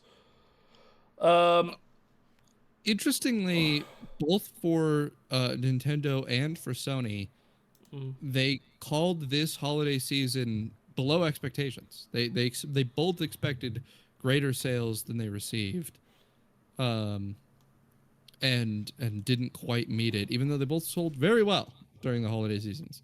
I think that that's because they expected normal growth, and that is curtailed because the U.S. economy in particular is shit right now. Yeah. That's basically where it's at in terms of like why they probably got that wrong. Hmm. You see here in the graph that it's neck and neck with PS4. Uh, You know, in particular, it's not that they didn't receive growth; they just expected more growth. They yes, they that is true. received growth of 4% in its gaming sales and its operating income of 2%. Uh, Yeah, so they just wanted that number to be bigger. yeah, which like I said, I think it's just the U.S. economy is so fucking terrible right now that people just don't have that money to spend, dude. It's just not a reality that they can hang. Like that. It is what it is. May want to buy a PS5, PS5 Pro, all the games for it, but realistically, considering where things are at, you probably can't afford it. Yeah, so They are crediting the growth that they have experienced not to console sales though, but to expansion in PS Plus membership yeah, and just players of a lot of live service games. yeah. They have that's been kind of the why they've been more profitable this entire generation. I think last I heard there was a report last year where they had something like 35% more profit than the previous gen at the same time because of live service games, PS Plus memberships, DLC for Yeah, single player games, that kind of as thing. is covered in this story, they're at around 22% right now, which is it's really good. That's Yeah, just really that's good. yeah. And then they said that they have enough memory to keep prices where they're at. They've secured enough till the end of this year's selling season, so the end of calendar 2026. Um, they said they're going to be flexible. Numbers did dip year on year, but 8 million units is stronger than what many expected, considering this is PS5 6 holiday. And then, of course, the big thing being GTA 6 was expected to be out, which that's probably why they had a big expectation of bigger number. Got pushed, and then it got pushed Didn't come again. out. I do think that when GTA 6 comes out, the PS5 is going to just explode in sales for that month or two. Have you seen the Poly Market bet Okay, for what's the GTA 6? no, because I'm not a degenerate gambler. All right, Will go. GTA 6 come out before the return of Jesus Christ? What's the odds on it? So it's a close to 50-50. Last I checked, it was Uh, 48. uh, okay, fair enough. Uh, God. and and the actual reason the odds are like that is because the terms of the bet, when you look into the fine print of it, is that it has to be within 2026, and people think Uh, so it's basically a bet of will GTA 6 come out before the end of 2026, because otherwise you get your money returned to you, and it's a moot bet. There's no bet at all. You just get exactly what you put in. But if it releases before 2026, then you get about 50% of whatever amount of money you put in given back to you extra. so do you think it's coming out before next year, 2027? I think maybe. I think maybe it Yeah, will. yeah. I think that look, we got Hollow Knight last year. I think it's time. It's a I think shame it's we're not. time. It's a shame we're not doing Fantasy Critic this year, so I can luck into another win. Uh, Yeah. I got Hollow Knight as a We got joke, Silksong. and then it came out. For the So, bit. yep. All right. Speaking of Sony performing quite well, though, Ghost of Yote sales are outperforming Tsushima. So Ghost of Yote says, speaking during an earnings call, uh, platform holders said Yote exceeded their sales of the previous title in the same period of time and significantly contributed to its latest results. Sony did not share a specific sales figure for the Sucker Punch title. In its previous financial results, it said Ghost of Yote had surpassed 3.3 million units sold as November 2nd, so being out about a month. This likely put it in line with Tsushima, which sold 2.4 million in the first 3 days. In its first 4 months, Ghost of Tsushima sold around 5 million units. It's worth noting the original Ghost was released slightly later in the PS4 console, which had a larger install base than the PS5 does now. According to Circana data, Ghost of Yote was the third best-selling PlayStation game in the US last year, and the 11th best-selling overall. Um, yeah, that first off, that game was cool. It was on my game of the year list. It was a really good time. I will say that this does not surprise me. That game was great. The first one was great. A lot of people liked that first one, and it sold millions of copies. The second thing I will say is, man, don't you grifter loser fucks look stupid. Yeah. Yeah. They were Uh, saying game bad because of woman. Game bad cause woman and voiced by woke woman. Game must be bad. Woke woman make game bad, Woke woman make game bad. but number good. How But does woke make number good? uh, Go yeah. woke, go broke. That's the apparently in this case, go woke sell a lot more than the first one. Yeah, I think So it's really a case of good make money. yeah, yeah, Good game, money game. yeah, like they made good game. If you want a really polished, really well made action adventure samurai game, here you go. They sat down, they had this discussion, it really groundbreaking. They were like, guys, I think I have a new strategy All right. for our game. Mm. Let's make it good. And then people, I think Will they like might it. buy it. Um, yeah. So that game did well, proving that the woke or the anti woke right wing grifter like Smash JT and the like are idiots. My favorite part is one of the biggest grifters leading the charge against this game was Smash JT, and he is doubling down on his wrong opinion. You know, and his doubling Said it down. doesn't really sell that much. That's a fake sell number. They bought Yeah. copies of their own game I didn't to watch the make the video. I woke just look good. I don't I know. saw. I'm just riffing it. I think that's You're probably what he's probably trying to say. right. I guarantee you, if we were to pull up that video, you'd probably be right. I know that he, you know, is complaining that Circana is compromised, which my response is, I mean, if they are, some investment firm has a hell of a lawsuit they need to get going, would be my response to that. You know, I don't think these people understand how, like, strict the law is about this kind of shit, and Very how, strict. It's called fiduciary duty. yeah. So I mean, you know, sure, if Circana wants to get ass blasted with lawsuits, you know, they could fucking do that, I guess. Look, Uh, if you have some kind of conspiracy, uh if you huh. have some kind of thought about this thing isn't real, or I think that this thing is going on, there's some sort of untoward behavior in any kind of business. There's a really easy way to determine whether or not you're coming up with a sensible version of this scenario. And that is to look at fiduciary duty and go, does this match a fiduciary obligation? Because if it doesn't, they're not fucking doing it, man. They're not doing it. At If it's least, not, at least these big firms, individuals, as we've seen in some recent files that have gone around recently.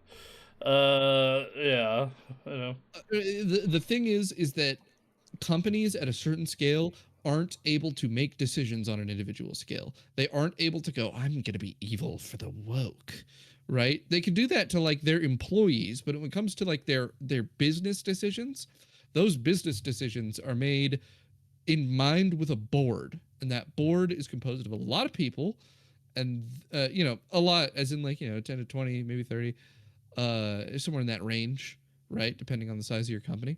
right. Uh and that board has a fiduciary duty to their investors, which means that they get to hear basically everything, right? It has to be told to them. And they go, okay, are we cool with this? Does it make our people money? If it doesn't, if they don't think it would make their people money, if there's no scenario where it makes any sense for it to make their people money, they're not going to let it happen. And So Circana reporting fake numbers to make woke look better is never going to make anyone money. They're not making money off of it. So they're not it, going to do it. it it's this very hilarious and slightly sad thing of, like, they were right about this particular thing that has happened recently, but benign, unimportant shit like this, they're all wrong about. Where it's Yeah. just like, Because these board members aren't appointed by an evil guy that's sending them there to do their will. They're appointed by like a fucking teacher's pension fund, right? It's decentralized decision making. There is no individual behind these companies at a certain scale. There are individuals in the company that make bad decisions, but financial decisions, right? They have to convince a pretty big group of people who have to convince their own group of people that it's a good decision. And if you can't see any situation where it could make money, if you can't see the theoretical line that the investor is seeing, then they're not making that decision. They're making a different decision. They're doing something for a different reason than what you think it is. If there isn't a theoretical line where someone thinks it might make money, that's why things like live service slop, right? Those do make sense, even though they're bad ideas. When someone puts a shit zillion dollars into Suicide Squad, Kill the Justice League, right? You look at it and you think, why the fuck would anyone ever do this? Why it, would they make such a stupid decision? The answer is that they have been convinced of a line of reasoning where this leads to them making money. They think and that if they become the live service game for a period, that they're going to make enough money that it is worth the investment. And they can be wrong, but they can't not have a path to money making that they see and still make a decision like that. Exactly. Like it, the live service example is a perfect one because it's just like the reason why you keep seeing like bad live service games come out is because they're taking a million shots and making live service games. Because if you do get a hit, you get a Genshin, you get an Apex, you get a Warzone, you get one of those is because it prints money forever. Same thing with what a lot of these idiots are calling the woke. It's like no, they're doing that because it's a semi popular art style or character type that has done well in the past, or the recent past in particular, and they think it'll make money. That's it. Well, That is it. Like a it's lot of what the it is. time, a lot of the time when you get these, the quote unquote wokes added to your game, right? When you get, a gay character or something, it's kind of a, there's a couple situations, right? It can literally just bubble up from the work culture, right? There can be Yeah. people in the company that want that representation and they propose it and they're like, yeah, I think we could write a well, we could do this. And the people who make the decisions based on money go, yeah, I don't think that won't make us money as long as it's good. And then it comes out and it either does or it doesn't make them money. And it's kind of been a case that it really doesn't actually matter as much as people uh, say it does. People aren't actually that much of activists in the gaming community. No. The fucking the boycotts don't work. If your game's good, I, people are gonna buy it, right? and like people don't actually care if it's gay people in the game, woman in the game, black person in the game. Baldur's Gate 3 is gay as fuck. That game was Yeah, incredibly critically, commercially a success. There's a right. lot of gay And shit in that game. and then the second place it can come from is that literally a corporate person goes, I think that the target demographic for our audience for this game is very diverse, and that if we have a diverse cast, more people will attach, and uh, so they, it can be a demand from on high as well, and the thought of these people that are like constantly criticizing, like, oh, they're woke in my game. They think it's only the on high directive, right? Is that that's the only scenario where this is coming in, and that's just realistically not the case. And it just doesn't affect the game. It doesn't affect the game. The quality of the game is what affects the Like, game. right, and I think there is something to be said of a game like Dragon Age: The Veilguard, which the problem with the writing there was not you know the the woke. It was just a poorly written game. I think Yeah, that or Saints Row. Saints Row, I think, is a great example. The Saints Row remake, mm, or reboot. Uh, that game's super mega woke. It's also fucking horrible and super cringe. and It's like a disaster of a video game. And part of that is it's like excessive harping on progressive signifiers, right? It's like it's the game constantly going, hey, we're with you. It has the Detroit Become Human problem, where they're like, fucking, they're putting their fist up and stuff, and it's like, oh god, the messaging is so on the nose. uh and like, that's not a problem of the game being woke. That's a problem of the game being poorly written and poorly made. right, and then a lot of the times these people don't recognize what they would call woke because the writing is good. You look at Yeah, yeah, Final exactly. Fantasy 7 might be one of the most woke video games ever made. Right? No, no, Like, Metal Gear Solid 3, that game's not woke. yeah, the gate the game. God, my favorite part is when people are like, "I don't want politics in my video games. I like Metal Gear Solid." I like I like Metal Gear Solid and BioShock. Those are not political games that have no I critiques or commentary on the state of society I whatsoever. one of my favorites is someone said that about Metaphor Refantasio. And I just wanted to Right? flip over my fucking table. Like You I don't was understand. You don't understand. You see, Metal Gear Solid isn't political because I don't see a black woman in it. there's a black Therefore, woman in it. Well, there's a I black woman don't in the see second one. them though. Oh, I fair. don't see them, so it's not political. I I just there is an entire generation of it could be No Child Left Behind, it could be just terrible English teachers, it could be a combination of the two. There's an entire generation that should have failed their English classes and not been allowed to graduate. Dude, okay, you know what pisses Like me it off is so crazy. fucking much? There's this fucking meme that went around for like years. It's not as popular anymore, but that Mm, was people. I swear this was like when I was in like high school and shit. Okay, mm. people would post this fucking thing where they would go, uh, uh, teacher, why are the curtains blue? You see, the curtains being blue in this scene indicate that the characters are experiencing a form of sadness. It represents their melancholy. And then it's like asking the creator why the curtains were blue. Well, because the curtains were blue, right? Like, it's shitting on this idea that things in a scene can represent stuff, and it's like, holy fuck, it's the most wrong sentiment about writing that I have seen spread so widely. It's so widely shared, and so people, you like it. It's funny bit because the curtains were just blue, but like you had to fucking say what color. You didn't have to say what color the curtains were. The only reason you would bring up the curtains being blue is because there's a reason. That's how things are written. Things are It's written with meanings. If something isn't brought up, it's because it doesn't matter. it's just oh my god. I will say No there one is going are to be teaching you about curtains that are just blue, because if the curtains are blue and there's no fucking reason for it, then that thing was stupidly written and does not have the quality necessary to be taught as an American classic. I, I will say there are some books that are classics that do that though. I'm looking at you, Tolkien. You're Yeah, fucking that's true. looking at you real hard, being like, so that entire chapter about fucking trees, brother.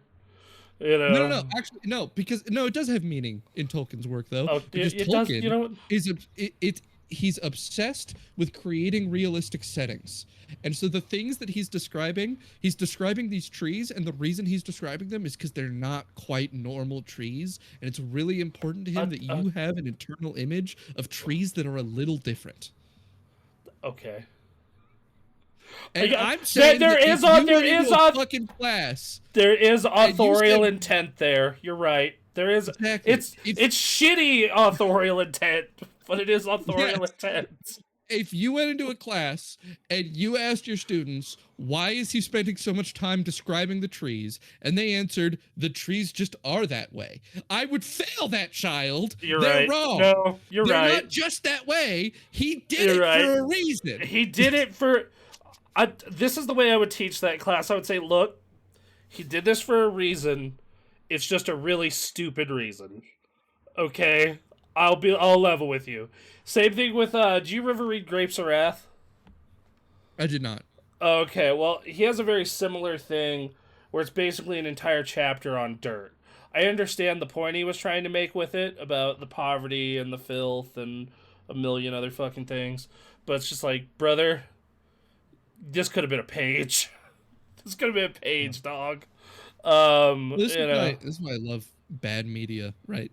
Because bad media has way more instances of someone like deliberating a long time on a stupid thing that they really didn't need to, right?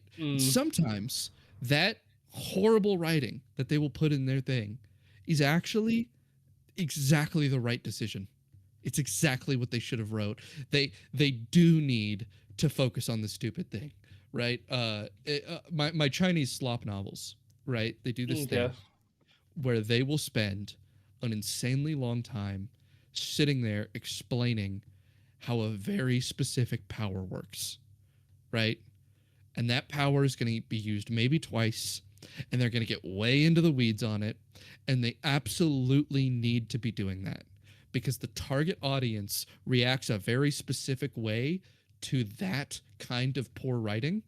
And so when they are saying, when they go into a fight and one character screams out a giant like list of words as the name of their move, That is horrible writing. That's a bad decision. They shouldn't be doing that.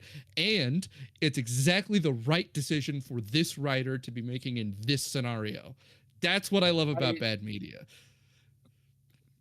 right, sure. Oh God. Um, but yeah. So I don't know. English teachers. I don't know if it's your fault or if it's just you had to pass kids. But Jesus fucking Christ, we have a whole generation of people who just zero media literacy. Yeah. Actually, it's not even media literacy. It's fucking reading comprehension. Jesus Mhm. Christ! Didn't I read? Not sure if I talked to you about this. There was like a news story recently where it's like the average American reads at a fifth grade level, and that's so depressing. That's Yeah, just so something like fucking depressing. hold on, there's a statistic. I'll pull up a percentage God. of Americans illiterate. It's like really high. Uh, Approximately 21% of U.S. adults are possess low literacy skills or are functionally illiterate. And 54% of adults read below a sixth grade level. Fuck me. This is, I will say Um, that this explains how I keep getting high paying jobs. It's not that I am great yeah, at what I do. It's my competition is just incompetent. yeah. Like that's the answer. Okay, great, super duper, love to see it. Well, that's a big sidetrack we got from Sony. Yeah. So back to Sony. So well, speaking of Sony games that'll probably be screamed at about being woke and being a game made purely because a bunch of people on a board wanted it. Horizon is like the poster child to me of games screamed at for being woke. Yeah, woman protagonist, very environmentally conscious, like naturey, like yeah. But PlayStation and Gorilla announced tactical co-op Horizon game, Horizon Hunters Gathering. This Horizon spin-off lets Okay, up to so this uh game, here's what I took from this story. Did you watch the trailer for this? I did not actually watch the trailer. I just read the I'm story. gonna run the trailer on the stream so people can see it. Uh, if you're so listening to it, I'm sorry. You should watch the what I video took from version. watching this, or from reading this, was they went, man, Elden Ring Night Rain was pretty successful. Yeah. Okay. Oh, Space Marine, another one really popular. Yeah, yeah, Yeah. and they went, all right, let's start that. Let's start that. Let's do that. Let's make it Elden Ring Night Rain. Because they're doing it's a 3-player mission combat with roguelike elements, right? Really the only thing I'm hearing here that isn't in Elden Ring Night Rain is that there's not an open world map that the players are going through, but they're still, they're grinding out levels and materials and scavenging and trying to get the right perks and then trying to get the stuff leading up to fighting a boss in a 3-player co-op experience. So if you liked Night Rain and you like the aesthetic of Horizon Zero Dawn, this is your Horizon Zero Night I Rain. I don't think it had. The thing is, it doesn't have the aesthetic of Horizon. Either It of really, them. yeah, it doesn't, because it's It got this doesn't. like, yeah, it's got this like painterly uh like this weird, hyper I don't know how to describe it. Stylized, It's hyper stylized for sure. It doesn't have that but like realism shit that Horizon Zero Dawn has going on. yeah, you got a thick lady here with colored hair. You know you're gonna get a bunch of fucking people screaming about that. Uh, yeah, I don't fucking know how to feel about this. I don't know. It'll probably be fine. I don't know. I don't think I'm not particularly interested in it. I find the world of Horizon to be very cool, and that first game's ending was sick as fuck. And its boss fights are excellent. That's one thing I can say about the series is like, yeah, the rest of the game is kind of your standard open world in a cool setting, but the bosses in these games are fun as hell. They're fun as I hell. would guess that this game would be a flop, but I don't know. I don't know. People really like the Horizon world. I Yeah, there's like a much bigger fan base behind it than it's like I would quiet. think. It's like quietly super popular. It's so weird Yeah. to me. Like it's just this Well, quiet I think success. every time a Horizon thing comes out, FromSoft like shoots it in the head, right? Uh, if I recall, like didn't Horizon originally come out around Dark Souls 3, and then the next one came out No. So around Elden Ring? The first Horizon came out like 3 days before Breath of the Wild, and That's what it then was. It's Breath and of the then Wild, not FromSoft. and then the second one came out Was like Tears of the Kingdom. no, the second one was Elden Ring. So Second one was Elden Ring. Okay. so yeah, they have like kind of screwed themselves. Okay, hold on, I'm fast forwarding to the gameplay. Uh, yeah, like I don't know, this looks like you took Horizon boss fights and turned it into a co-op multiplayer game with Uh, I'm look. I'm feeling a lot of Night Rain here, like a more arcadey version of Night Rain from like everything I'm seeing here. Did you I, play Night Rain? no, I think I'm officially burnt out on Souls. I'm not even sure I'm gonna play the Duskbloods when it comes out. I think the only thing that's gonna get me back is like if you made Bloodborne 2. I'm telling you, The this bow character looks um, a lot like the bow character in Night Rain, like gameplay wise. do you think they? The Iron Eye. Night Rain came out like 7 months ago. Do you think they could have got this together in like 7 months? No, no, but I think that it's part of a trend. Hmm. I in fact I do reasonably think they could have shifted development to be match closer to Night Rain easily within 7 months. I think Hmm. part of what Night Rain was hey we can take not very long to make this game. Like its whole mode is like something that can kind of be slapped together by a development studio that has assets. I'm gonna check something here. I want to see how many, because I know the Rising games have sold millions of copies.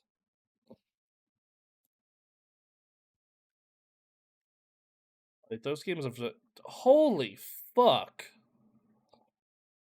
The first one Hmm. sold 24.3 million copies, Jesus. and the second one sold. Oh well, these numbers are a little old. They're as of 2 years ago, but 8.4 million after a year of being on the market. That's so crazy. Yeah, Night Rain sold 2 million on its first day. So yeah. So I think people reasonably could be going, "Oh, that was really successful. Let's maybe yeah, look at doing a bit of that." I do too. I man, but just I don't know how to feel about And again, this. it's really clear that gameplay like Night Rain is kind of the Night Rain is clearly a game they slapped together because they're like, "Man, we have all of these Elden Ring assets. Let's get We something have out there. all of these Elden Ring assets. We have all of these Dark Souls assets, and it's all in the same engine. We can just make something out of this." Fair. And it clearly had like a shorter development time and didn't need a long one because like most of the content is reused aside from the major bosses and the characters. Yeah, fair. So if they already had a project, if they had anything going with these assets, and then they see Night Rain come out, they could go, we could pivot to that. We could pivot to that, no problem, and they could just do that instead. Uh, and I could totally see this being a scenario of them having had something in development that looks like this for a long time, and then Night Rain comes out and they're not liking the direction they were going, and they go, let's shift gears, and they within 7 months they are at a point where they can show off stuff. Uh, Obviously nowhere near release, but like they can announce it. It's weird to me how like Horizon just this seems like such a weird candidate for this, but also like sure, and why not? Night Rain seems like a cool game. It's just I don't know when I'm ever gonna have the like. I didn't finish Elden Ring. Like I got pretty far into Elden Ring, and I was like, I'm tired. So who knows? Yeah. Anyway, let's get on to the next news story. Hey, AMD has hinted the next gen Xbox console could launch next AMD, year. AMD Uh, talking about box. yeah, they said it's gonna be ready for 2027. It doesn't confirm it'll release next year, but Microsoft could be ready to launch next year. In October, Moore's Law's Dead posted a video showing what he claims to be the main processor for it, stating that they are believing Xbox is positioned to be a hybrid system of playing games on the Xbox Store, but also PC games on other store. Sarah Bond suggested the same thing. The next Xbox console will share some of the thinking behind the ROG Ally X and Xbox Ally handhelds.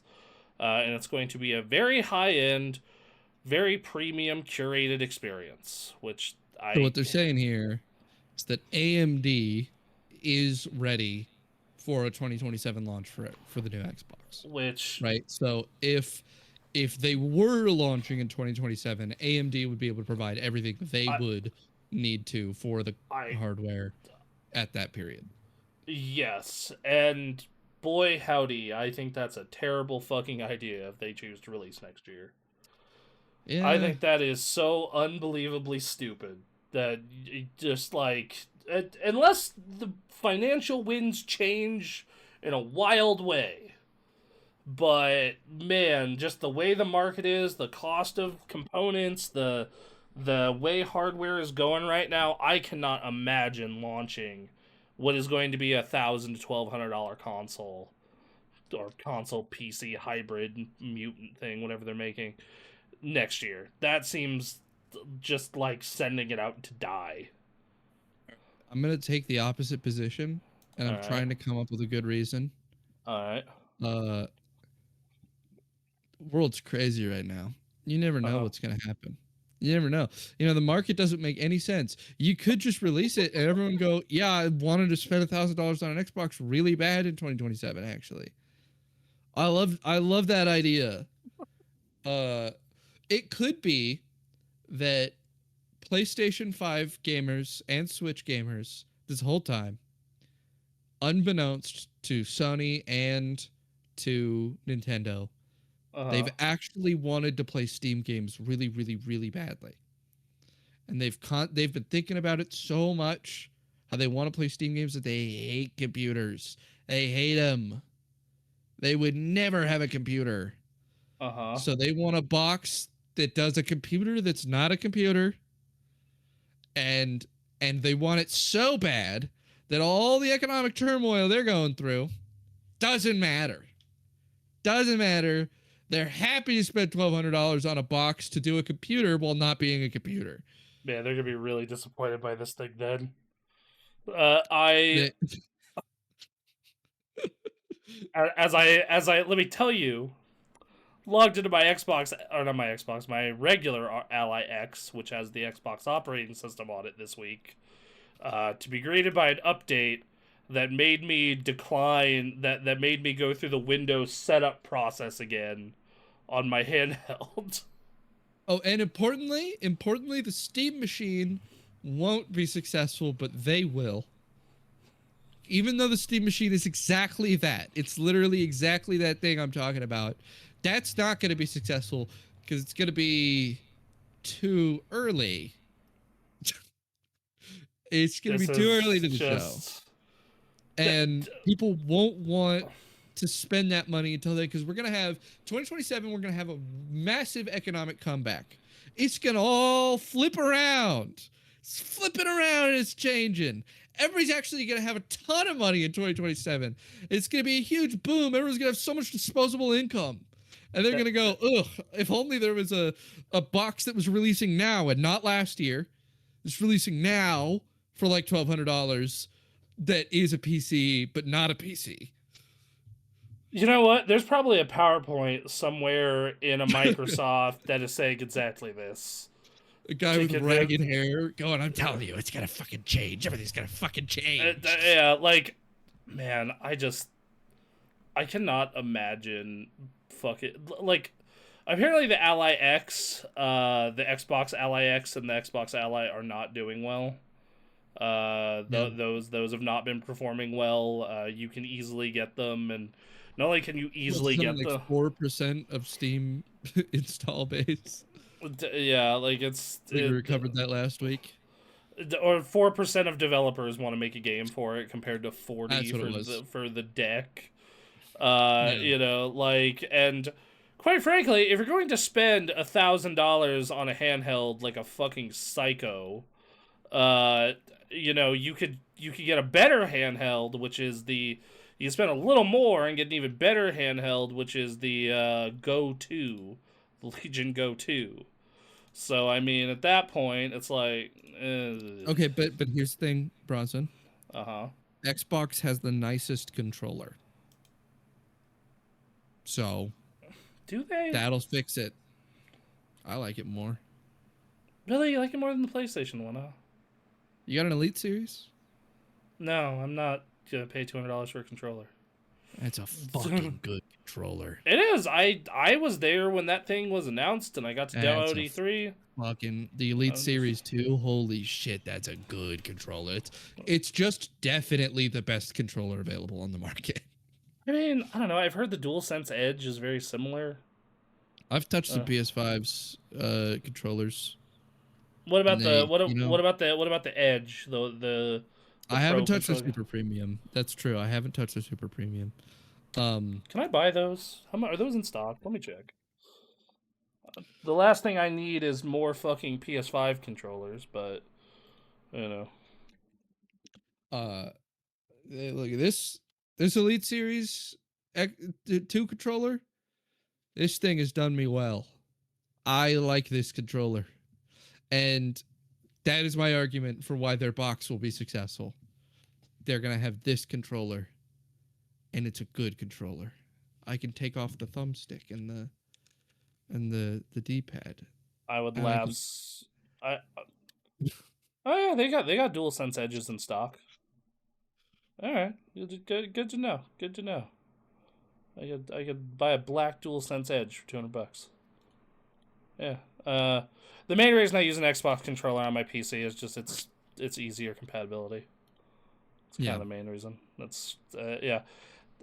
Okay, so other than our terrible straw man we've made, I don't know who the fuck this is for. Straw man, what are you talking about? I'm right Uh, here, and I definitely unironically believe these things. I don't know who the fuck this is for.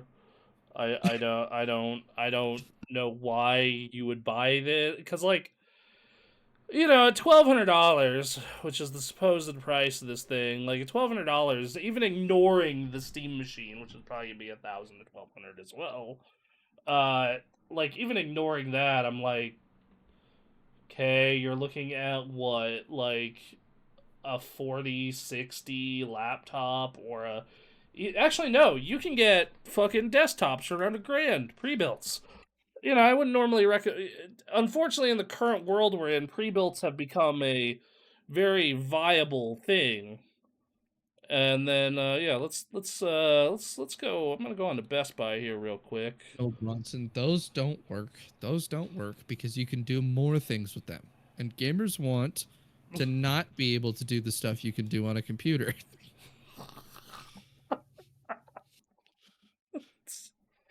Yeah, Gamers want a slow browser that doesn't work right. That's why the Xbox has one.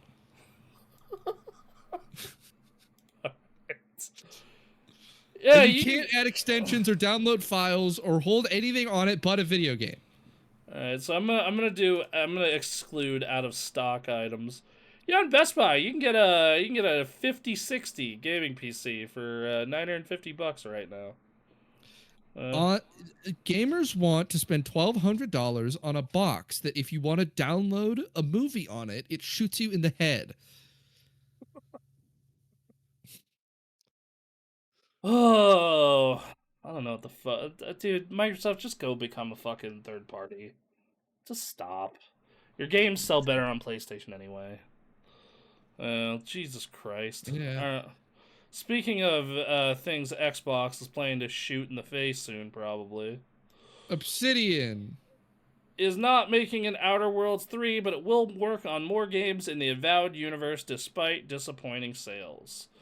So Uh, Avowed and Elder Worlds 3 didn't make very much money, and surprisingly, Grounded 2 did make a bunch of money. yeah, Grounded is really popular for some reason. Like it's like I'm kind of shocked at that. But Outer They are Worlds, too. They are also shocked by that. yeah, Outer Worlds 2 bombed.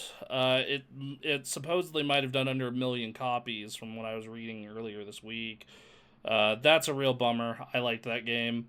Avowed did okay. Apparently, Microsoft is okay with making more games set in that universe, Pillars of Eternity. And they said, hey, we did put out 3 games last year. That wasn't deliberate. And it wasn't necessarily a good thing, despite Xbox hailing it as the year of Obsidian. Spacing those releases out helps the company manage its resources, not burn everyone out. And hey, Avowed is coming to PS5 this month. Okay, so there is an ecosystem. There's an ecosystem on the YouTube.com website. All right. Okay, and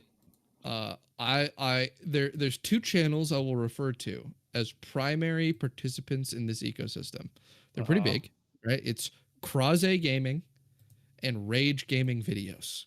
All right. Okay. And what they do, their entire model is that a game comes out that is popular and they make guides for it immediately. All right. Right? So it tells you this is how to do this exploit in this game. This is how to get this item fast. This is how to do a good build for this. This is how. So like right now, Neo 3, Croze Gaming, putting a bunch of videos out about Neo 3. Okay. Right? And for me, whenever a game is popular, these channels pop up in my suggested, giving me guides for the game because YouTube just knows me. It knows me, and it knows that I will want them.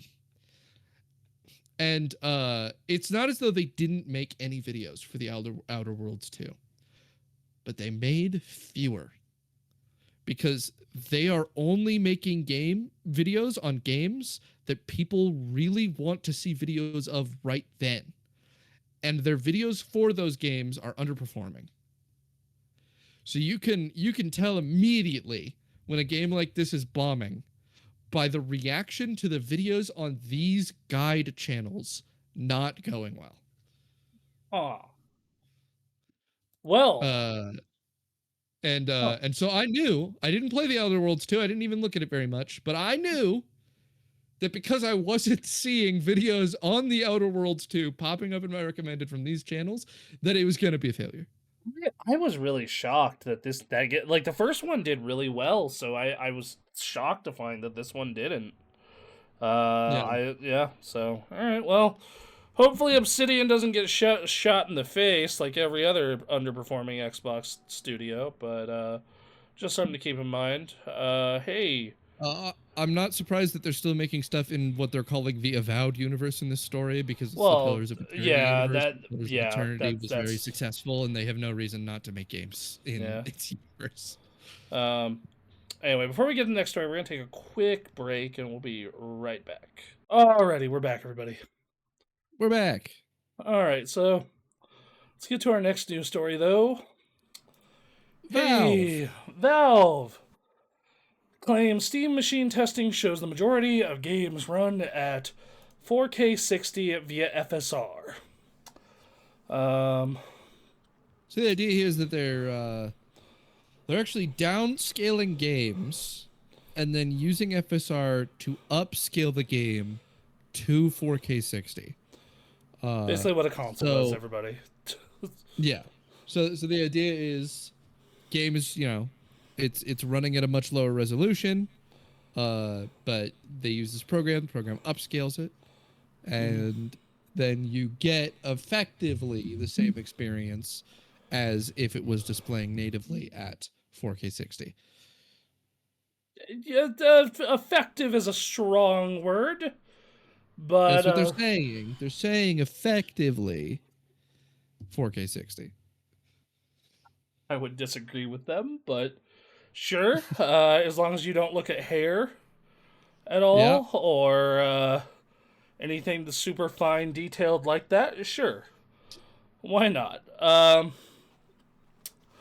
This does not surprise me. They said this thing's going to be around a 4060 Ti. That's basically what consoles do, though. For those of you that don't know, pretty much every console is not running the vast majority of its library at native 4K. Um, and I think this is fine. You're probably gonna be playing this on a TV, so you're thinking about the distance from a television. When I'm in the office, I'm about 5 feet away, 4 feet away from the TV. When I'm in the living room, it's like 6, 7. So it's Mm. not really. You probably won't notice the vast majority of this beyond hair. I even think though 4K 60, then though 60 is a little optimistic depending on the game. I can tell you right now that Yeah. ain't happening in some games. Like, Mafia: The Old Country, for example, is actually one I've been playing recently. That I would be like, no fucking way, not a prayer. But Yeah. it kind of depends on what you're playing. I think that for the vast majority of consumers, this is fine. Similar to the PS5, for the vast majority of consumers, is probably fine. Mm. So yeah, just a little bit of news there. Next up is they're also Steam confirming. Machine. Yes, Still. they confirmed the price and release details have been delayed by exploding component prices. Valve said it planned to release its console like PC and VR headset the first half of this year, but it would need more time to land on concrete pricing and launch dates that we can confidently announce. We So announced. the deal here is that basically, there's limited availability and growing prices on these on critical components. Right, is one of Mhm, the quotes here, and uh, other console manufacturers who are also dealing with the exact same scenario have had more time and have had more existing infrastructure, right? They've been around in this game longer yeah. to be able to broker deals, to have a stock for the production of their consoles already, Mhm, right? They already have their contracts, they already have their supply. So the reason current console prices haven't gone up is because they have enough consoles already manufactured. They already have the memory, so they can, you know, kind of weather the storm here yeah. uh, for a while, which is what Nintendo is doing, as mentioned in the earlier story. They have enough supply to be able to last until hopefully memory prices go back down. But if it goes up, even they will be affected by this sort of thing. Steam, on the other hand, has not been in console manufacturing long enough to be able to have the same kind of sway over these memory dealers. Right. And Uh, the Steam Deck is, well, it's been around, 3, 4 years at this point. right. It hasn't been doing, you know, big numbers to the point of where they can go and say, "Hey, we're guaranteed we're going to sell 20, 30, 40 million of these." Exactly. They can't go up, especially with their prior attempts at creating a steam machine, which did not go well. They can't Mhm. go up to manufacturers and tell them we're going to purchase this amount for sure. Right. And that puts them at a very bad position bargaining because they do need to secure a lot of them, but they don't have the history, they don't have the existing relationship to be able to go, this is how much we're going to purchase for this kind of thing. And so that puts them in a position where they are, they're having to delay the release of their details because they don't know what they're going to be. One of the targets that they have here is basically that they aren't intending to price themselves to just be competitive with other consoles. They're Mm. intending to price themselves to be competitive with if you built a PC. So the idea Right. is Which. if you built a PC, you could build it for the price of a Steam machine. Is what they're trying to reach. So it's basically it's a pre-built that is cheaper than most pre-builts because if you buy a pre-built, it's going to be more expensive than the parts themselves are combined, right? They're charging you a pretty big chunk extra usually for a pre-built for them having built it. So the Steam machine is kind of it's not quite a PC, but I mean it's mostly a PC. Uh and it's trying to undercut basically the pre-built market where it's like you could buy a PC for around this much if you built it yourself, but a pre-built's not going to compete with us because we are manufacturing on a larger scale. Yeah, and I'm curious to see how so I'm gonna take a guess here. I'm gonna pull up PC part picker and get roughly in the ballpark of what a Steam machine would be, and see what I could put cobble together for you. I'm not gonna now. What I'm not gonna do though is I'm not gonna use like the same form factor because mini builds Well, are so there stupid actually expensive. there is an estimate in this story Hmm. that based on the components inside, purchasing equivalent components to what is announced would be around $700. No fucking way. Not with the current pricing of parts. Linus did a build not that long ago for this that was like 970.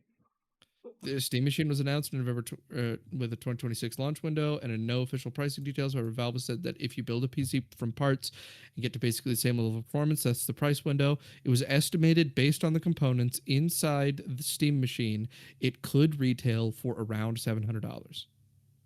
Okay, that's fucking wildly optimistic with the current And then pricing setup. that's followed by, however, since its announcement, memory prices have increased significantly Okay. worldwide, with DRAM contract prices reportedly increasing by over 170% year over year. I was Hence about to, why it has not been announced at $700. And it I was may about, more realistically be announced at $800 or $900. I was about to say I am going off of what I remember them saying about the specs on this thing. I'm on PC part picker and I'm already hitting 580 and I haven't even put a GPU in this thing yet. So Yeah. I mean, your results may vary, Results may uh, vary. but like, I think that basically what they're doing is they're actually building a worse PC than would normally be needed to run games at how they're proposing to run games because they're using, as mentioned in the previous story, FSR pretty heavily, yeah. the same way other consoles do. And if you were to purchase a pre-built PC, it could not do that. And so, I mean, I looked up a pre-built that's probably equivalent to this, and it was $950.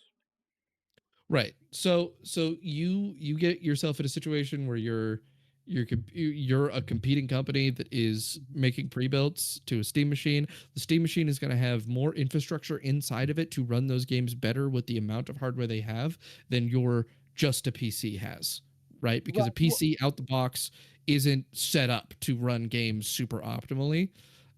Whereas this, they're leaning heavily on their FSR. They're making it just to run games, and the software loaded onto it is almost certainly going to be very specifically oriented towards running Well, games if well, it's which is something that we can. I would give Steam over like a Microsoft. Microsoft will fill your shit with insane bloatware, and it will run oh like they do ass. they do on the Ally and Ally X like it I'm literally I had to de-bloat my Ally X. Yeah, I'm So willing to bet the Steam machine will not do that. it if it is anything like the deck, what it is going to be heavily focused on gaming. It is going to And be so, no bloat whatsoever. It'll have a browser installed. That'll be about it. you're gonna get much better performance than you would get for an equivalent pre-built. Hmm. But it's also not going to be crazy capable like a full PC. You're not going to be doing your work on your Steam machine, right? I You know, I mean, depends on the work. Like if you work mostly out of a browser, like I did at my last job, like yeah, go for it, no problem. I find it unlikely that you're going to be running your Excel spreadsheets You and can. your virtual machines. You can, but you're I probably going to buy a okay. normal PC. So VMs you're gonna be kind of limited. This is why I know the specs and what we're doing. VMs you're gonna be limited, but like everything I was doing at my last company, your marketing, your spreadsheets, that kind of stuff, totally fine. You're gonna be like you're good. I I personally run into a lot of use of VMs and connecting with servers at my company, Well, and I think Steam there's Machine's certainly not going to do it for me. there's connecting with servers, and then there's like running a shit ton of VMs. Like the Yeah, we have the like kind five of of those. Yeah, so and even then, this I don't know. Looking at the specs of this thing is honestly better than a lot of corporate laptops I've had. Yeah, So like it'd probably be fine. I don't think you're going to be running a farm of VMs on it, but I also think that for the vast majority of games, you're probably fine. I think that there are going to be some exceptions, and I if think this is going to be pretty great for games. I think this is going to be like a really good budget option for getting into PC gaming. I'm looking at it as like, man, if I can just hook some USB hard drives to this thing, I think that Right. thing is a perfect Plex server. Uh, That's what I'm seeing look, it as. I'm just saying I really like the idea of a VR headset that is wireless, connected specifically to a box that does all of its stuff. That's very attractive to me. Uh, Yeah, because that the is. Quest 3 is an incredibly nice headset. I enjoy it deeply, and my primary usage of it is virtual desktop, making my PC actually run a game, and then I play it on the headset. But it's evidently not designed for that.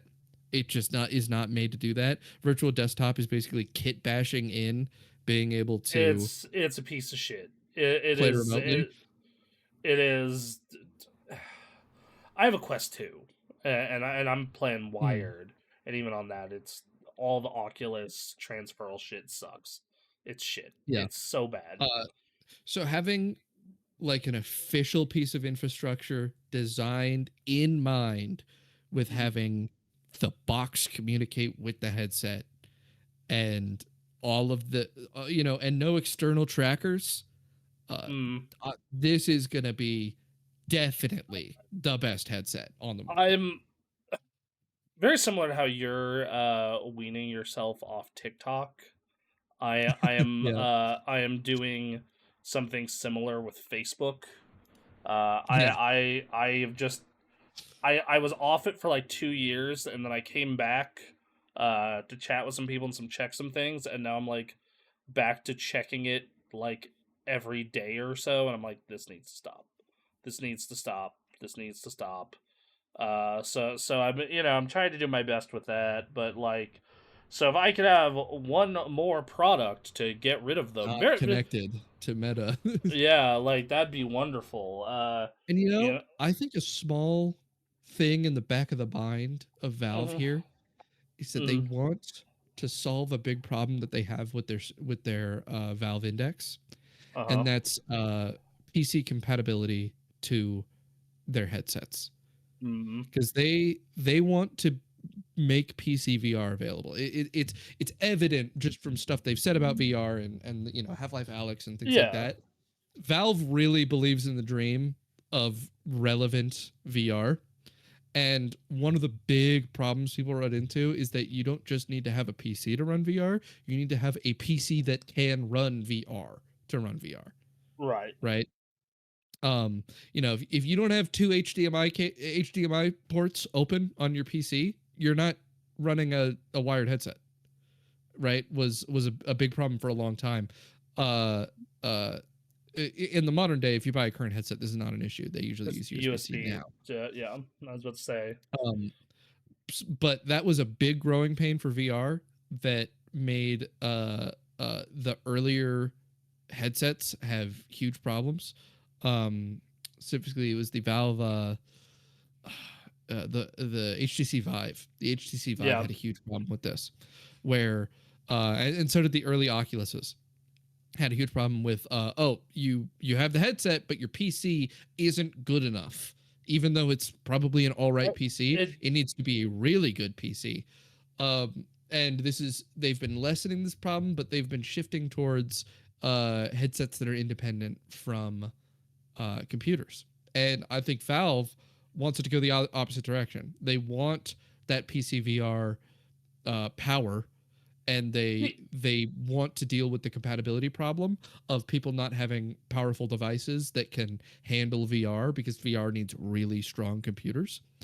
Uh, and I think that for them, a device that is cutting out bloatware and very specifically focusing on game performance means that they can run Well, it, VR easily compatible with their headset. So anyone who can buy this definitely has something that can run VR.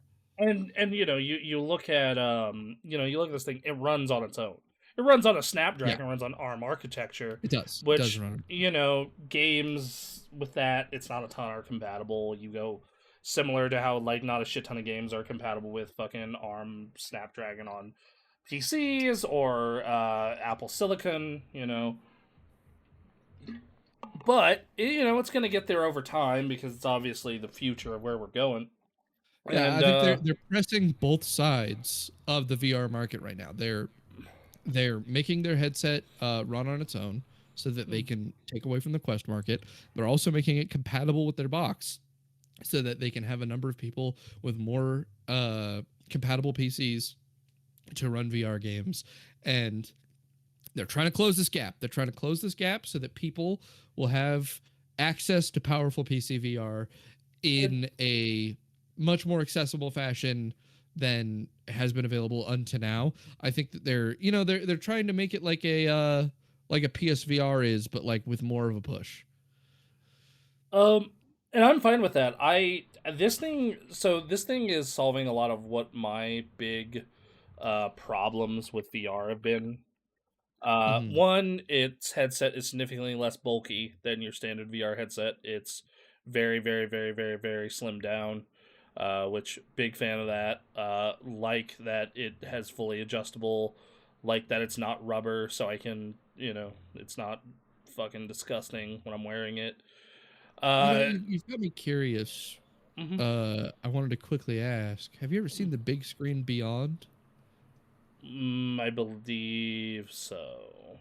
So Uh, the big screen Beyond is a VR headset where you have to send them a scan of your face oh, yep, yep. I before, remember this. yeah, before you buy it, so that they can make its faceplate specifically molded to you, and it's tiny.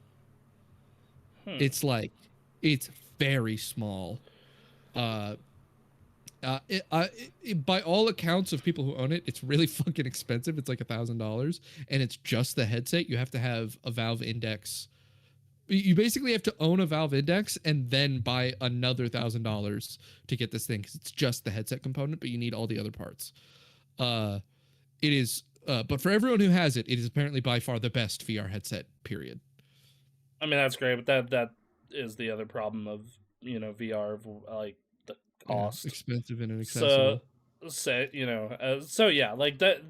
This thing seems to be solving a lot of my issues. The fact that it easily connects to Steam, and I don't have to log into the headset and then log into that fucking thing that makes it so it can connect to my PC, and then log into Steam VR.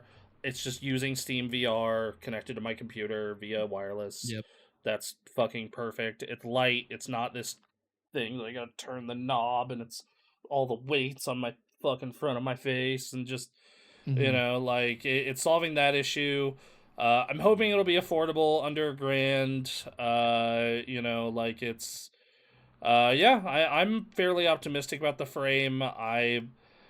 It's probably the device I want to get most, especially because I want to get back into VR workouts again.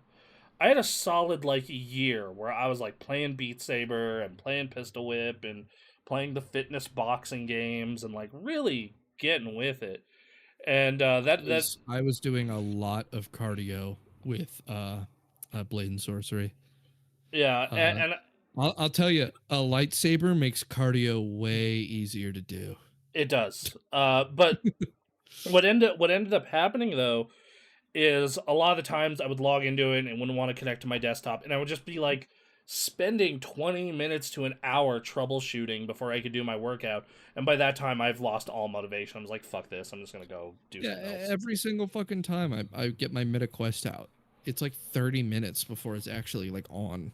Yeah. And then like, because I'm on the two, I can't see what I'm doing on my desktop without taking it off. So I was like, take it off. Okay. It's connected this time. Oh, fuck. Nope. Not working. Yeah, Just yeah. fucking. Take it And I'm. all off, put it back on. So It's, I it's think that it. I think yeah, I think like you said, this does a lot to address those issues. It's got an easy form factor. It's really light. It it's got an easy pair for PC gaming, uh, and and it's not announced for any price because memory is expensive. I'm probably gonna get my Quest 2 to Anthony when this thing comes out. You think so? Yeah, Yeah. he's been vaguely interested in the racing game end of VR, and I'm It's like really cool. It's really it cool. yeah I played I just not a racing game. I played a lot of Rogue Squadron, or was it Mm, Star Wars Squadrons in VR? That was yeah. fucking incredible. But yeah, and I know he's talked about getting a PSVR for Gran Turismo, and I'm like, yeah, I've heard that is like single handedly the number one reason to get a PSVR is Gran Turismo is fucking incredible in it. But Mm, so I figure here this is a low risk way to try it. It's kind of a pain in the ass to put up with, but you know, I mean, I don't have a use for the thing after this thing's out. And even then, I'm not right. exactly using it much now, just because, like I said, anytime that I want to play Beat Saber or play Pistol Whip or play any of these fucking cardio games I bought, and it's like, okay, 30 minutes of setup. So Yeah. yeah, all But right, I think with that we could transition into the story. It's gonna make us talk about AI a lot. ugh, great. Uh, so this is Take Two. Take Two's CEO responds to stock price drop following Google Genie announcement, saying, "quote I think people are confusing tools with hits." Okay, so this story at first, Uh if you huh. only read the headline, you would think that they're like, "Oh, we're not worried about AI. AI's bullshit." That is not at all what Take Two is saying. Take Two loves AI. They love it.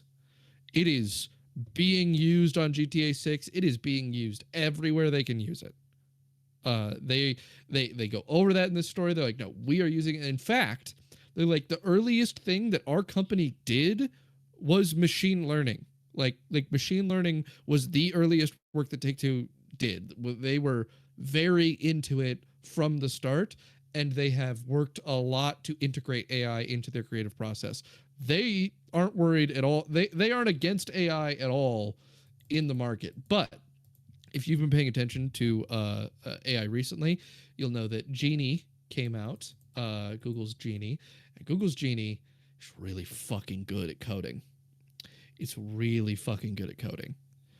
And so a number of companies that are related to software development have had massive drops in their evaluation because investors are seeing a potential future where you just make your own thing, right?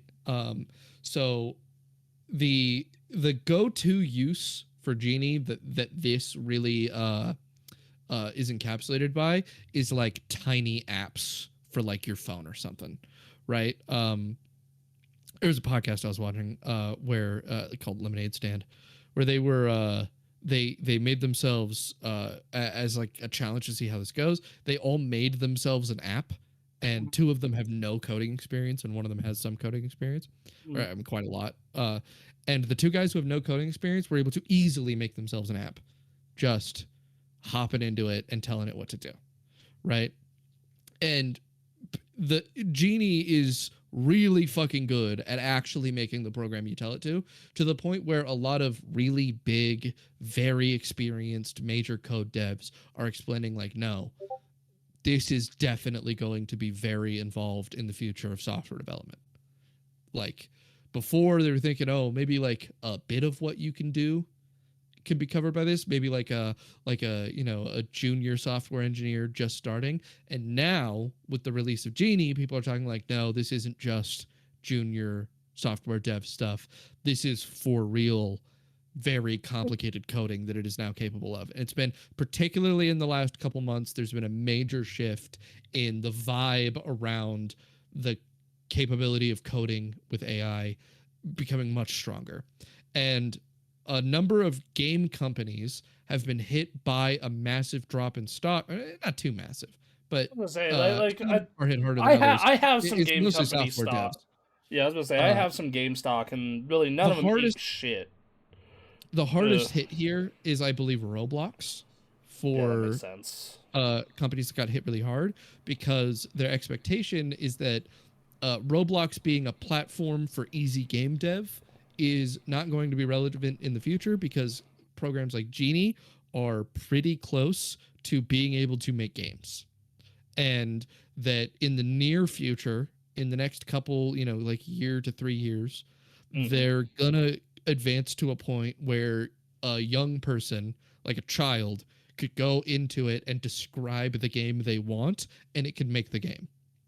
Uh, Mm. the thing is that Roblox is already simple enough that that's almost the case for Roblox. Like, a creative enough child, it's not like it's like super crazy, like they could just do anything instantly, but like, I know that when I was a kid, I could have been making Roblox games, right? Like, I, it's I, not that hard. uh, yeah, God.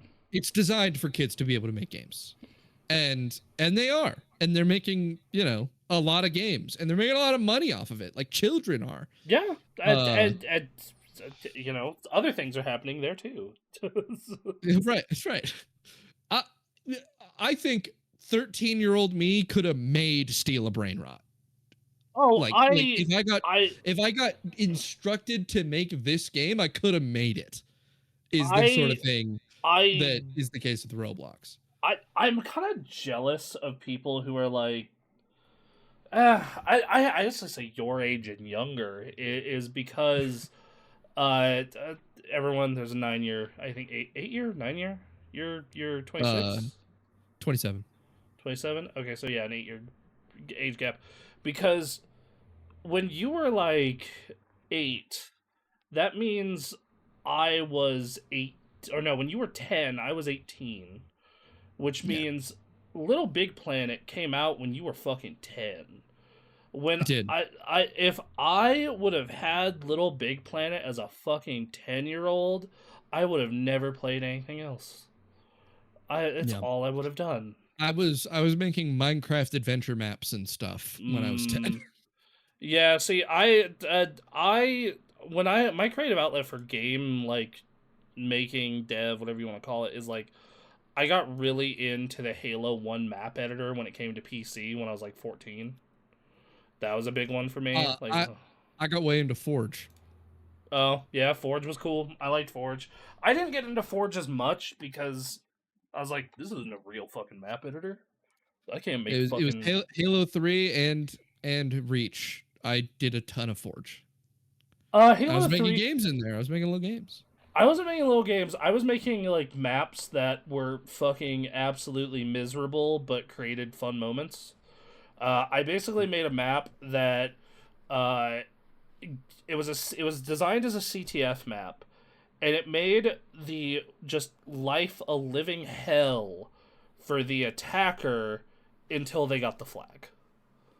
Like, if you could get to the flag, you basically won. You got a free shot all the way back to base. But it was getting to the flag was just a fucking nightmare. And I that was was my making I was making Fat Man maps. I was making infection stuff. I was making infection. Yeah, I I had a really couple of loved this infection map maps. called Monster Jam that was just Mm, like a lot of weapons and vehicles in a tight space. that's a fun one. Uh I I was like doing stuff like stuff like that. that. I had a really fun map where I took Guardian and I put teleporters all over the map. I put teleporters Mm. all over the map, two-way teleporters, and I set them all to the same frequency. So what would Uh, happen you don't know where you're is coming out.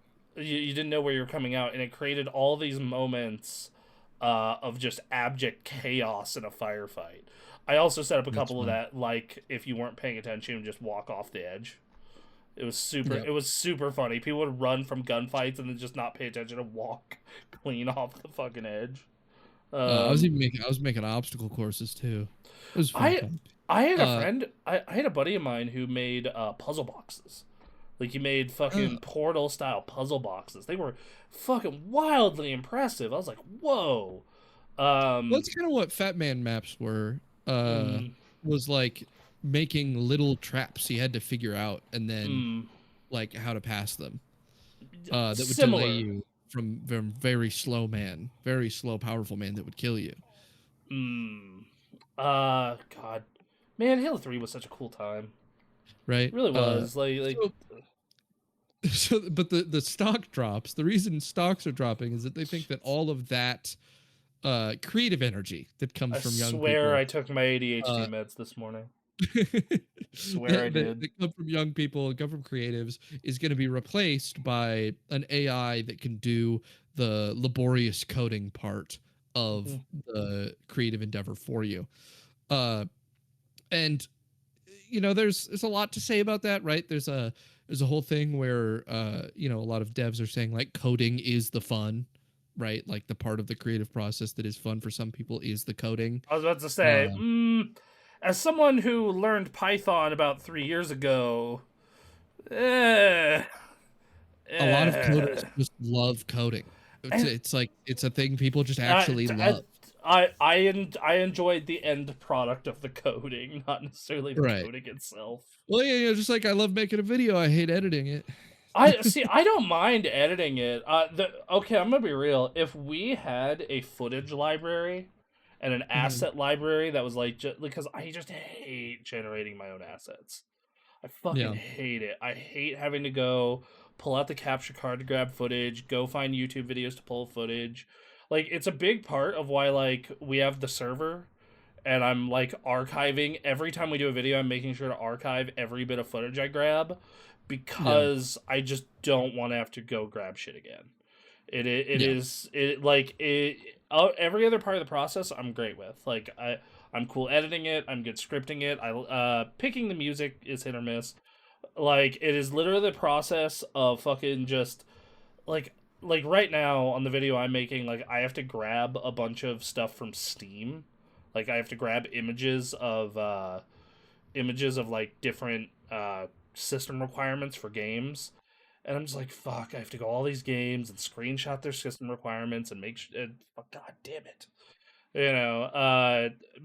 So that's like my big hurdle with video editing. But back to this, one thing they showed with this demo was like a was basically a GTA clone made in like 30 seconds. Okay. It looks like shit. I want to be very clear with that. It does look Yes. like just garbage. Like someone like it looks like someone like asset made like an Unreal asset flip of GTA 5. Yeah. Uh And so Take Two's response is basically that they're like, this isn't gonna replace major game companies. Like, are you crazy? There's no reality where like these high production endeavors are ever going to be like replaced by AI. Like GTA 6 is never going to be at risk of an AI replacement for it. It's gonna be too high fidelity. It's gonna be too crazy like produced. It's $1 billion game. uh, It's uh, it's yeah, and I see that for a lot of different things. I do think that you're going to see a lot of studios attempt this, especially Western game dev. I think Japanese game dev is gonna kind of shy away from it at first, but I do think Western game dev in the AAA space is gonna try a lot of this, and you're gonna see some major fuck ups out of it. You're gonna. I'm pretty confident that eventually AI is going to be involved in the game making Oh, process, whether we like it or yes, not, right? I think that I think it's going to be in the concept phase fairly early. Like I think that it's going to be very big in the concepting phase. I I think think it's going to also be. in doing things like making engines, I think Yep. that AI code assistance is going to be really relevant. I was just about to bring up code where it's like engines, physics engines, that kind of thing. Like that's also a Yeah, case where I think you're going to see a lot of it. I think where it starts to I don't know. I think where you start to see it being less involved is like gameplay decisions and narrative decisions. And my big concern with it is in the case of the engine, it's AI art which I'm sure you've seen plenty of because you're on the internet, uh, has this look where everything looks too sterile and waxy, uh, Yeah. and it looks like shit. The thing is, I And don't they think art can't. assets are going to actually end up being primarily AI developed. Uh, I think that that part of the creative process is incredibly valued, maybe for smaller games. Mm, As I think the stigma against AI in game development is going to eventually go away, right? As much as I totally agree with it at the moment, right? Because you're stealing people's creative work and using it to profit, and that kind of sucks. Uh, Eventually it's just going to go away. It's just going to become too relevant, too prevalent in the space. Everything's going to have some fucking AI in it. Everyone's going to have to have compromised at one point to play their favorite thing because it has AI in it, right? right. Expedition fucking 33, AI in it.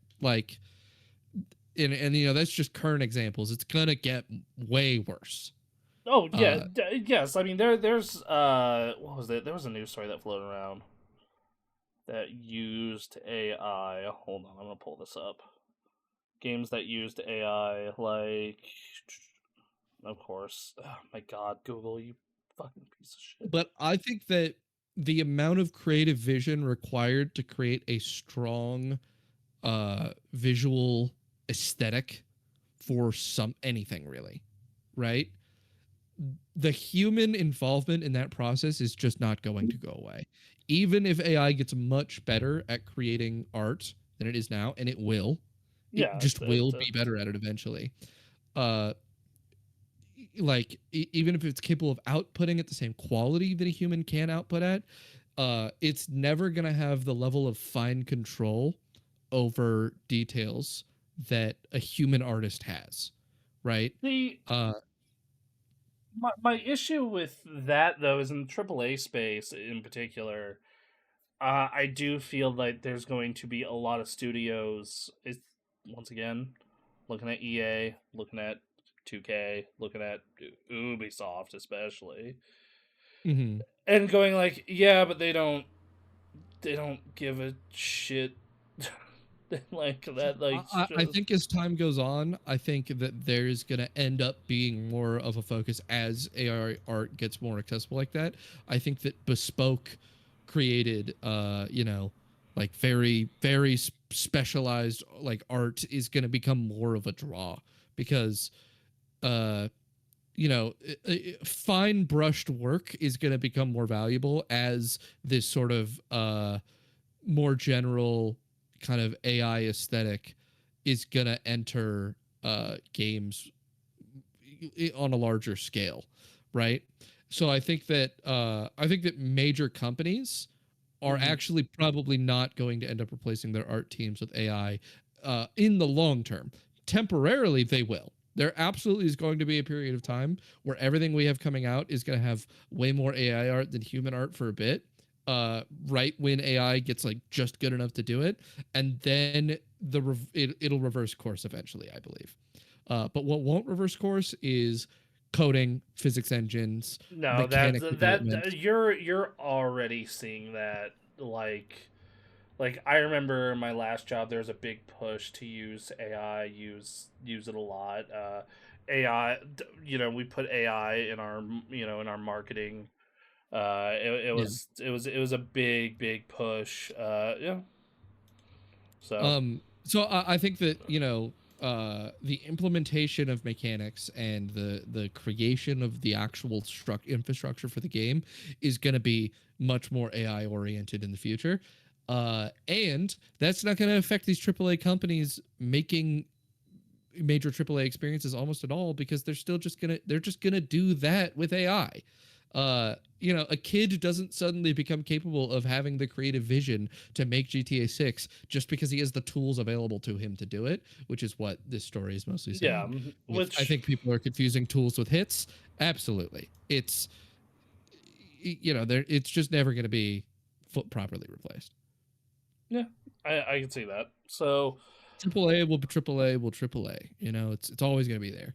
yes, and quite frankly, is I have such a weird feeling on AI because it does very much remind me of the .com bubble, and like, Yeah. and later on, this wasn't as big of a bubble in a traditional sense, but like, I very much remember the first CES I went to back in 2013, January 2013, where fucking you could not walk 2 feet without hearing the world's word smart and then insert device. And Yeah. a lot of that shit didn't catch on. A lot of that shit was dumb as fuck.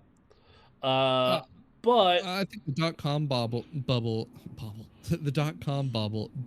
I said it again. The .com bubble, as you said, is the perfect example yeah, for what is where happening with AI, because the internet, the .com bubble was the internet bubble. It was the yeah, internet's going to be a huge deal. The internet's going to be the most important thing ever, and only companies that are doing the internet are going to matter. And importantly, they were 100% correct. yes, That was not a false belief. it, The like it absolutely went exactly that way. And it's just that most of the companies that were doing it weren't actually implementing it correctly. They weren't actually using the internet in the ways the internet should be used to do business well, and were being overvalued on account of it. and I Uh, think that I do think that similar here. I actually think AI. We'll see where it goes. Some things it's still fucking terrible at, but I do think that it's not going to be as impactful as the internet, but I do think it is going to be very impactful, and I think a lot of this stuff will stick around long term. Uh, what ends up sticking around? I do think coding. I think this is going to kill marketing departments. This is going to kill the fuck out of almost every marketing department you could imagine. There's going to be like a marketing department of 10 people is going to get cut down to like two. You know. the current state of things suggests to me that things like text generation and narrative writing may not get much better than it is. Right? They're kind of running out of runway for making this thing better at writing, because the large language models are kind of running into this issue where they're getting all the data in the world, and all the data in the world isn't making them much better. But for specific applications of like use for, I think the creation of AI generated images is definitely going to get better. AI generated video is going to get better. AI coding is going to get better. Uh, like most of the other applications aside from like writing a book, uh, Mm. and are gonna get much better. And the only reason those things can't get much better is because we fed every bit of data that exists into it. And as it turns out, the net result of all things written is about as good as AI is now. Mm. And so it's really hard to get it better than it currently is, because the only thing you can do is shrink its data set. But to be better, it needs more data. And so there's not enough good data to put into writing better written dialogue, because I there's not enough available. I also do think that there is, when it comes to writing, and this may be my fucking English degree screaming, I do think that there needs to be a human touch to it. I think there needs to be a human It's element. because it I know. needs good writing needs intent. It really needs intent. And it's not impossible to make an AI write something that possesses some degree of intent, but Mm-hmm. for one thing, it's your intent, right? Because it's not going to come up with intent. You need to describe in detail your intent to get it to do that, right? Mm. And at that point, it's honestly better for you to just get good at writing, uh and because your vision of your intent is going to be more clear and better the better you are at writing, right? There's drawing is an example that a lot of people go through, where like if you aren't good at drawing, you're actually not even able to imagine the image in your head is not going to have the details that make a drawing good in it, right? Because you haven't developed the eye. You need to develop an eye to become a good artist, Right. right? And if you don't do art, you're not going to develop that eye. And the same thing applies to writing. You're not going to be able to tell what is and is not good if you don't just get good at writing. And Yeah, so I would I agree think with it's going that. to need that human touch basically So, forever, because the only way to generate something good with AI is to be good at writing it in the first place. And then why are you generating it with AI? so, yeah, I I agree. I just think that like this fantasy, I feel like a lot of these pullbacks from the investors are just investors have to have the best They're fantasies. imaginations. Like they Yeah. have to have the best imaginations in the whole fucking world. There's no way that they don't. And the reason is like it's just like you can AI generate a whole game, and it's just like fucking pull all our money out. Which it's real funny that they pulled all their money about because Google stock ate shit on Friday. Yeah, it did. Uh, it was real fun because um, I'm heavily invested in Google. I think they're a good product. I think they're, as far as holding a blue chip stock, they're really good. And when I bought in on Google, they were undervalued heavily. Yeah. Uh, and you know, like to see them, I saw they went down 8.23 a share, and I'm like, holy fuck, the fuck just Very big happened? drop. So I like, can't remember why. I don't remember why either. I did see Which it though. you know, yeah, like gold in the S&P 500 went up a lot, and it offset all my Google losses at least. Um, But hey, you know so another company that is using AI to horrible effect? is it Crunchyroll? It's Crunchyroll. Go off, King. You are the anime Okay. king. Go off. Okay. So Crunchyroll has increased its prices right after removing its free streaming plan. So at the end of Mm, 2025, uh, Crunchyroll historically has always had a free plan where you can yeah. watch anime, but there's like ads, right? Yes. Or you can't watch all the anime, right? They removed that plan, and so now you have to pay to use Crunchyroll. Uh, Further, back in 2024, Crunchyroll merged with Funimation. Uh, or was that in 2024? I No, no, think it no. was Their the previous no, no. price increase was in 2024. Their merge with Funimation was announced in 2020. I And it rem. took a good while to actually happen. Yes, that is what I remember. Um, Everybody back then knew that this was bad. uh, there was a period where Funimation was basically the only other major anime platform aside from Crunchyroll, and aside from it was Crunchyroll and Funimation, and then the other competitors were big existing streaming companies trying to like poach anime. So Amazon would be grabbing something here and there, Netflix would be grabbing something here and there, but they Netflix has weren't been like, pretty on it. Like I gotta say, I gotta give Netflix props. They've as of been now for sure. uh, Netflix uh, is absolutely a competitor with Crunchyroll for anime now. Netflix is coming for the Weaboos. Yeah. Uh, Uh, and but back then there was no one seriously competing on anime specifically with Crunchyroll other than Funimation. And so when the merger was announced, that was just, it's kind of bad for everybody. Everybody knew it was going to be bad. And they predicted that what was going to happen is that they were going to become even bigger in anime because Funimation was huge at the time. And so no, it was doubling in size, and then that eventually Funimation as a platform would just disappear, be gone, and that happened pretty quickly. So Funimation disappeared and it became only Crunchyroll. Crunchyroll is notorious for getting worse as time goes on with its that is features. that is my understanding, which is unfortunate because its app is dog shit. Yeah. We have Crunchyroll thanks to my girlfriend's brother, and Mhm. she watches it a lot more than I do. But together we've been watching Yu Yu Hakusho and Free Ren, Mhm. and this is the most poorly laid out, fucking laggy, shitty streaming app. The only one that's worse is Absolutely. the only one that's worse is Paramount Plus. Paramount Plus is way worse. I subscribed to Paramount Plus for the NFL playoffs, so I catch all the Broncos games. So I paid for a month of that. But like, Mm.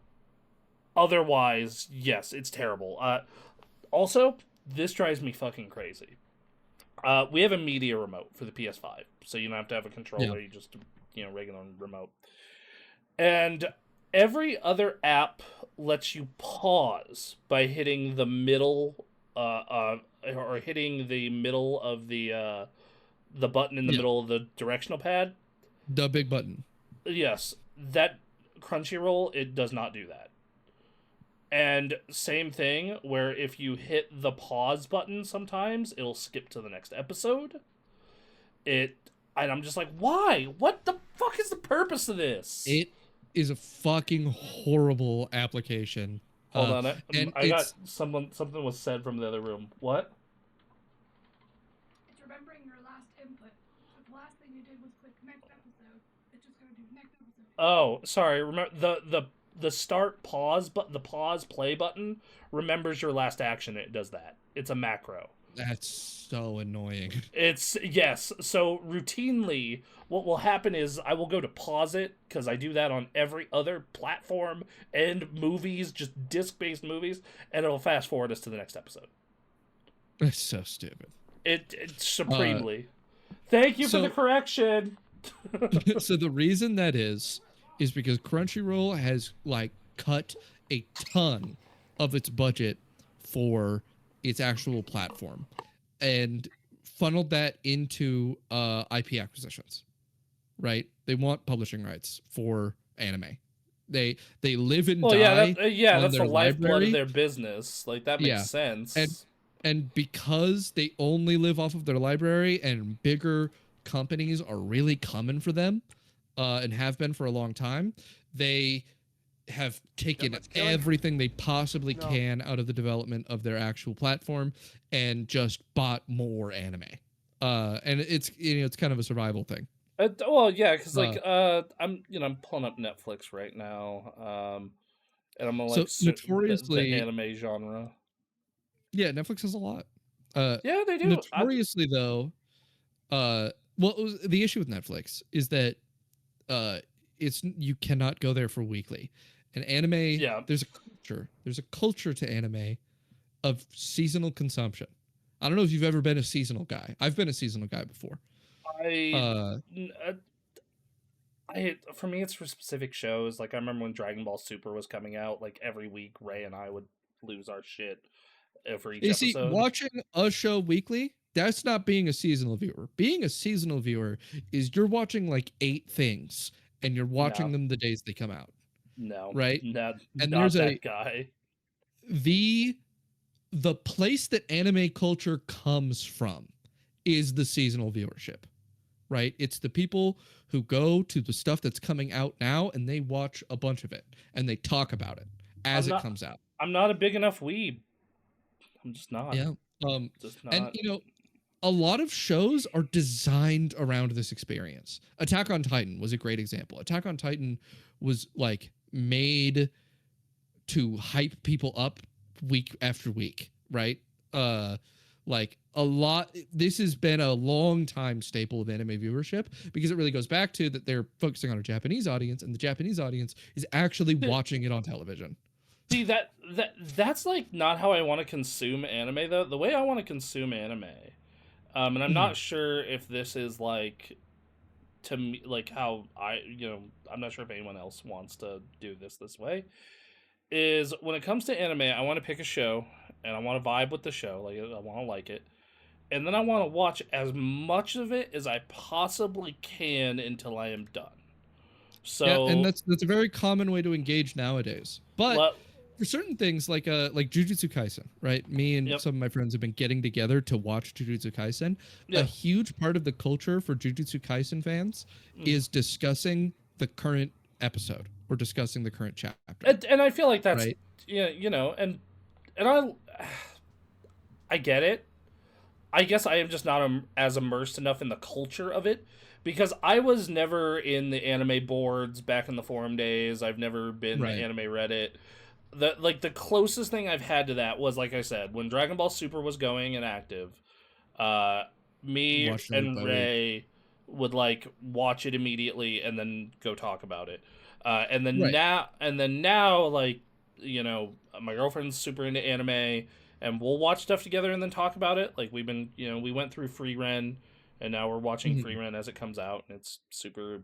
Love that show. Great show. Yeah. Free Ren's fucking sick.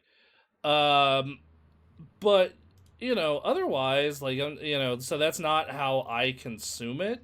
But continue. Mhm.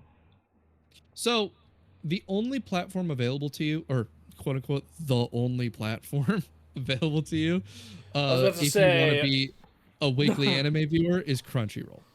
Crunchyroll's your only place to go if you're trying to pay for your anime, because everyone else is releasing that shit all at once, or they're having the occasional show that they release weekly, but they really don't want to.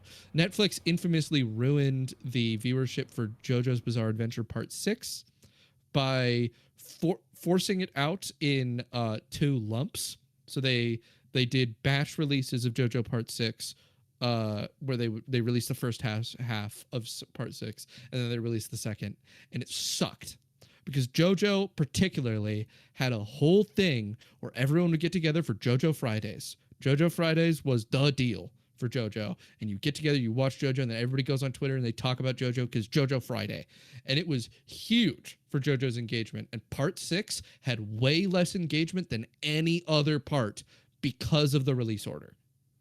hmm. And uh and it's because Netflix really doesn't want to Well, fucking have you watch weekly. They want you to be binging on their platform.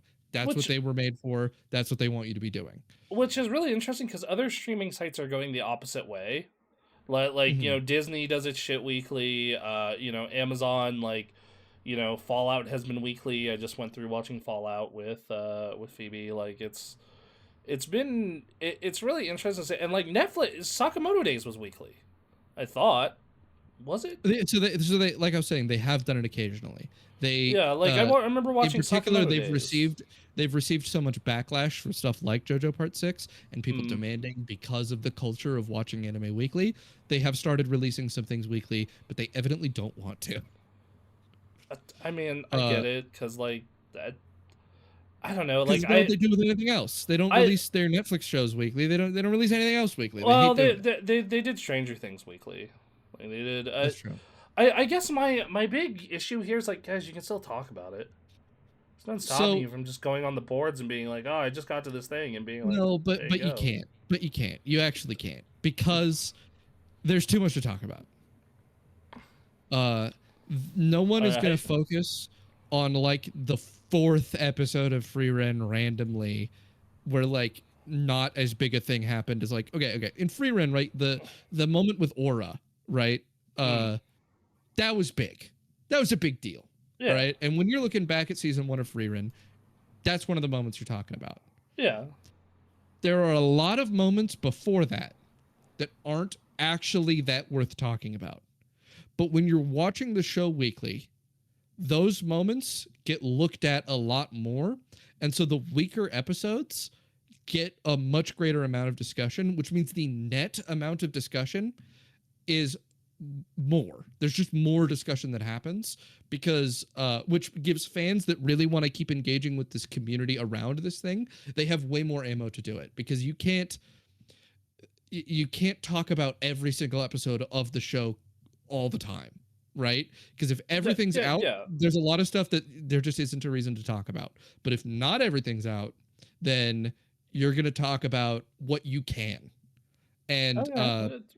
that's a big thing in Jujutsu Kaisen, for example, right now. Their most recent two episodes, they've introduced a character, Kirara.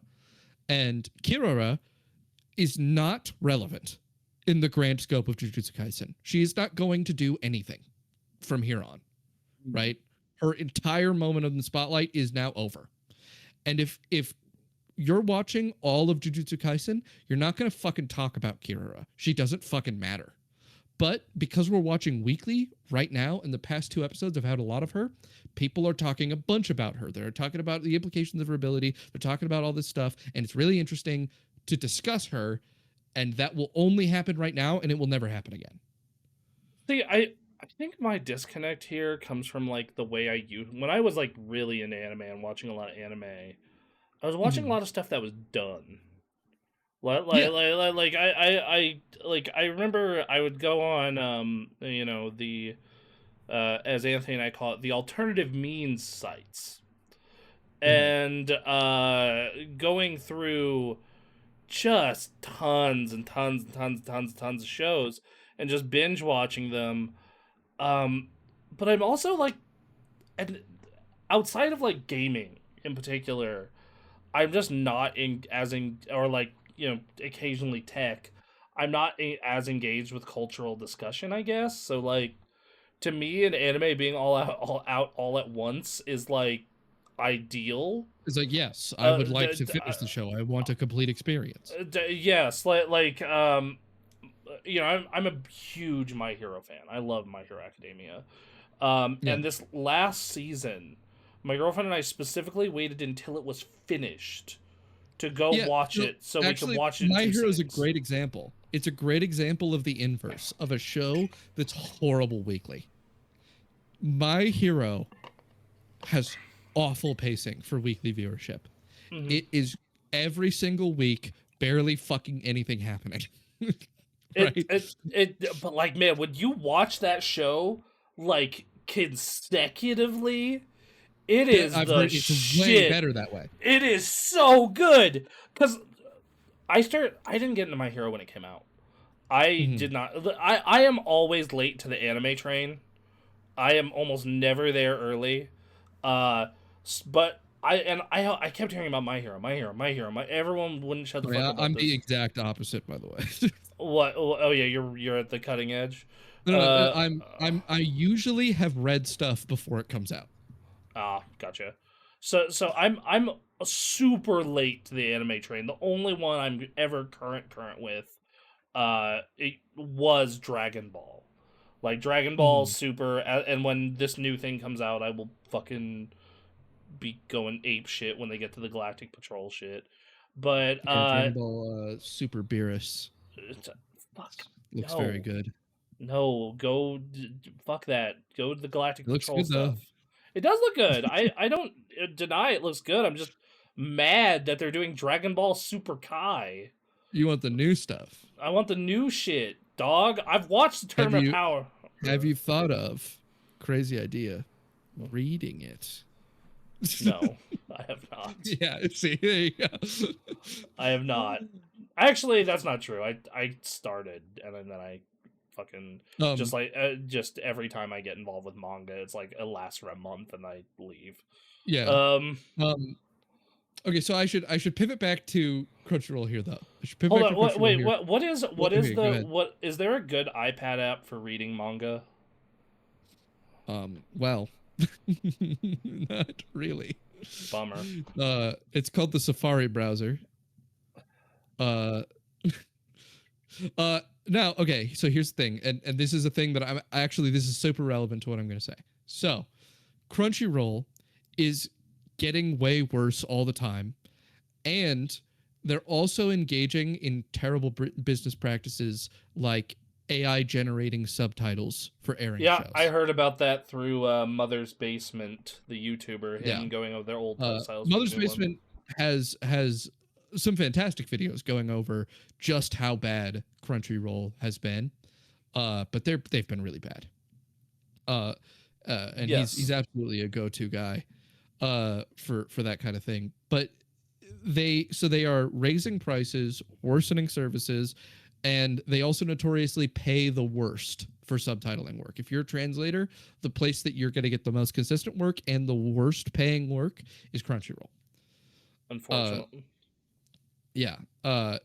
So this all is on a backdrop of pirating sites being really, really good. Well, it's okay. So I can say this as like a movie lover. You want to know what's really, really good? Movie pirating sites as well, dog. There was this there's this movie this week where it was called Nuremberg. It's about the Nuremberg trials, and it's like a docudrama and whatnot. And not on any streaming site whatsoever. Like not even the It's on the like pirating sites. not on any of the legit streaming sites. I go to look up. Well, I want to watch this. How much is the Blu-ray? The regular Blu-ray is $30 for some reason, which is insanely expensive for not even a 4K. And I was like, yeah, fuck this. Alternative And means. this experience you're describing is incredibly common for anime. There are a lot of anime that never get licensed and they never get officially released on any platform. But they're on the pirating sites. They're all on the pirating sites. Yep. So the annoying thing that you have to deal with using Crunchyroll is that you're like, oh, is this on Netflix or is this on Crunchyroll? Is this on Amazon Prime? Is this on like you're like I mean which fucking that's platform are certain things on?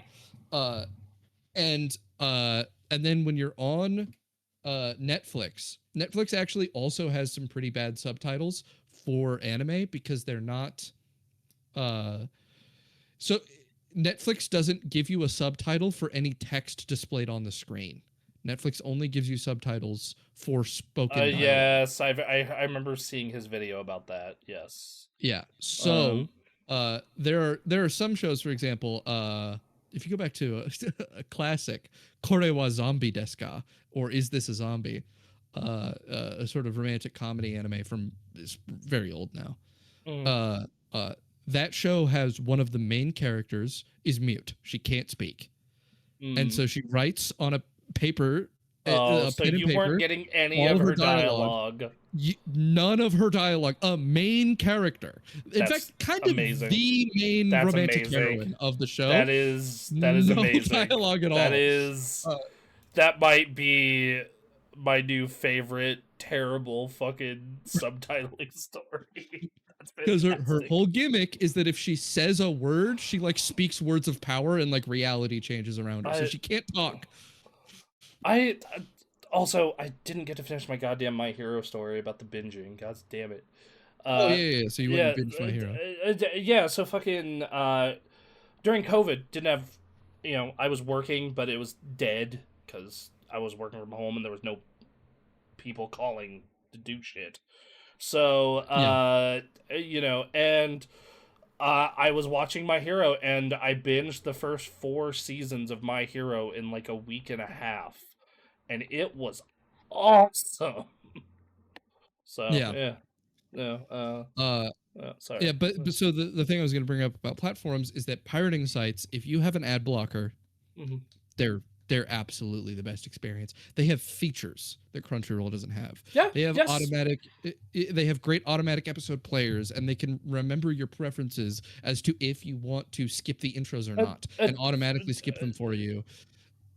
Like it does so many things that Crunchyroll doesn't do. And mind you, Crunchyroll was a pirating site. It was born as a pirating site that got big enough that it thought, to continue to exist, we're going to have to turn legit or we're going to get copyright taken down, as inevitably has happened to most of the major anime pirating sites, right? Kiss Anime for the longest time was the anime website to go to, got obliterated. Yep, I remember that one. Every couple years, the big guy gets obliterated. And then you just go to another one, right? So this, so they've got all these features. And this is actually way more of a big deal in manga, right? Because manga publishers are way more cagey with the publishing rights for their IPs, and there's way more manga publishing companies out there that are way too complicated to get the rights from to publish their manga. And so there's a ton of manga that is completely unavailable in to be legally purchased in English. And so, like websites like Manga Dex are basically the only option. Particularly the most recently largest one was Bato.to, and that was taken down, so that no longer exists. Normally, there's actually an understanding between Japanese companies and these pirating sites that there hasn't been the effort put in the infrastructure to make these sites, and so Japanese companies aren't taking them down. It's Korean companies that are taking down manga pirating sites. Okay. Because manhwa Korean manga, or Korean, webtoons, is actually a really big industry, and they do have centralized publishing in Korea. And so the company that does most of the publishing for webtoons uh, will go on just takedown sprees where they obliterate anyone who has their stuff published, and that's what is taking down most of these manga pirating sites. However, Manga Dex, for example, though, if you have an iPad, incredible reading experience. It's a really good website and has everything. Hold on. I need to write that down and type that down. Manga Dex. uh, Manga Deck. though I think if you literally just Google it, you don't get the website because there's so many copy websites that are not it that also work but have way more ads. Do me a It's favor. Send me a link. mangadex.org. Yeah, I'll send you a link. Send me a link. Yeah. There we go. But Yeah. you got to hook up. There you go. There we go. Uh, This whole conversation, and this is the same with fucking from games to movies to fucking anime to there's like this is not a hard problem to solve, but it seems like every goddamn business person just does not want to go with what the solution is.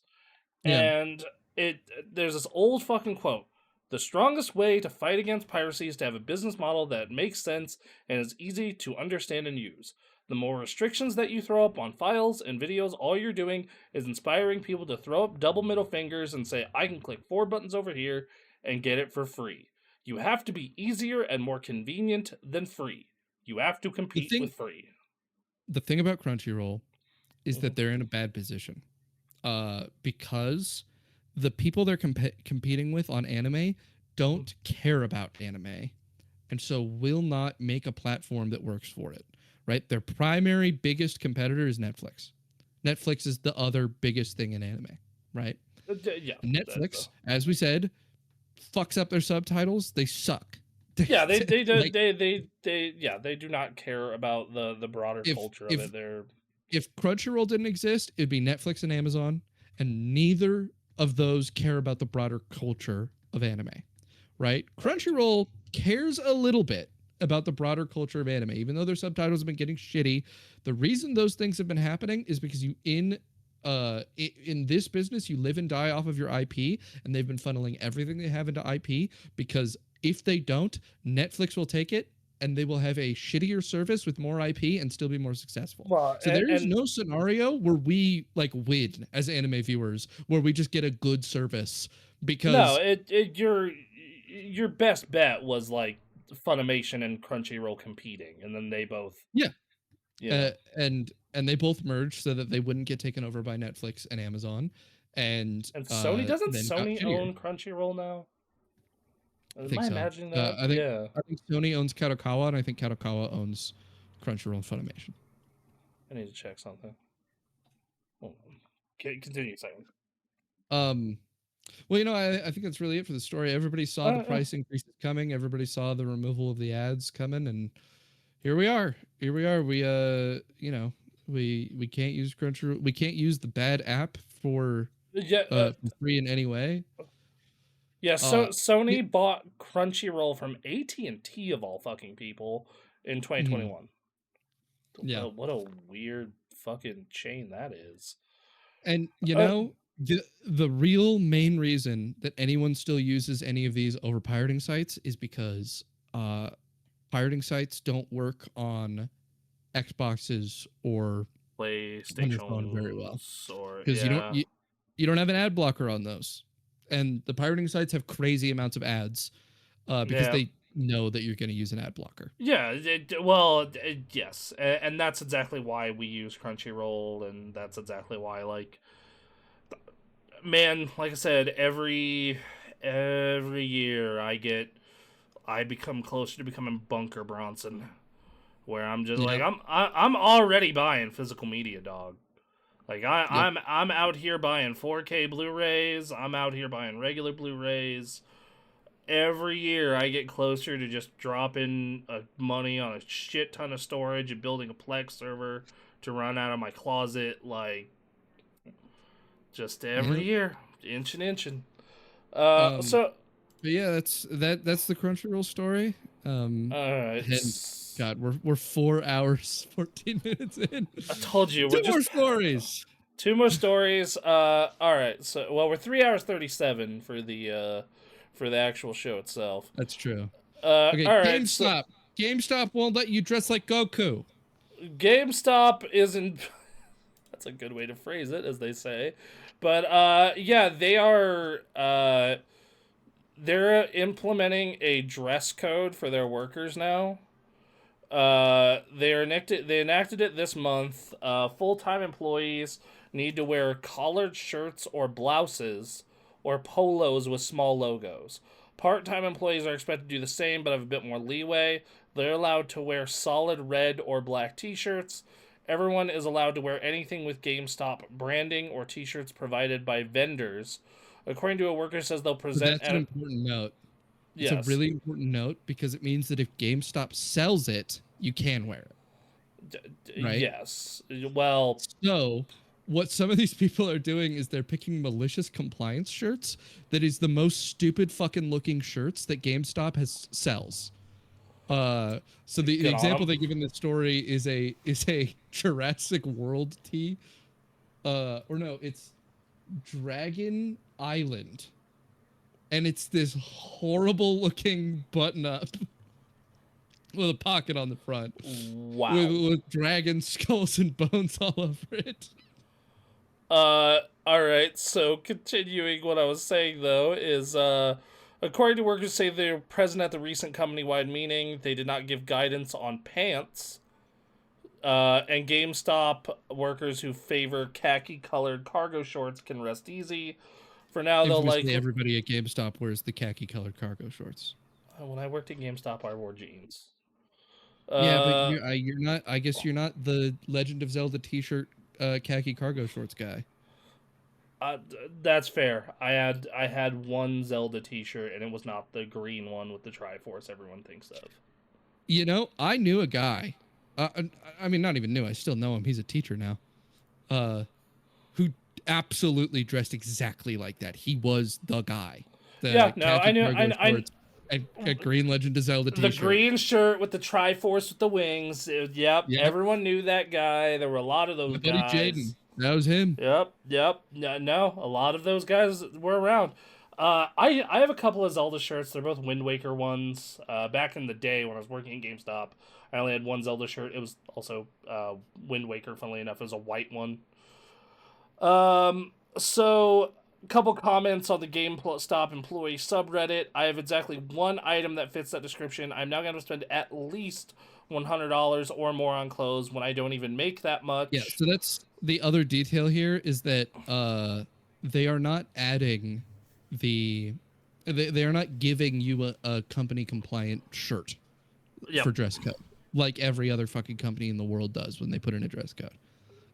They except for white collar work. White collar one. work, just fuck you. Go buy some business casual clothes. Yeah, they just assume you already own business casual. It's fucking business casual. Which unfortunately for my new job, I actually realized because I've been working from home for 3 years, I did not own any that fit. So I had to go drop about $120 on shirts and pants. Yeah. So good day. Yeah, so they're forcing them to purchase shirts, and you know you're working like 4 or 5 days a week. You got to have 5 of these. Yeah. That sucks. That's lame. A lot of people saying I'm not paying to work here. They don't pay me enough anyways. Yeah, and GameStop does sell branded polos, but they're $32 each. That's crazy. Another thing about it is that a number of managers are going, "Hey guys, I'm not gonna say anything. Don't worry about it." And some places are like, "No, you've got to do it."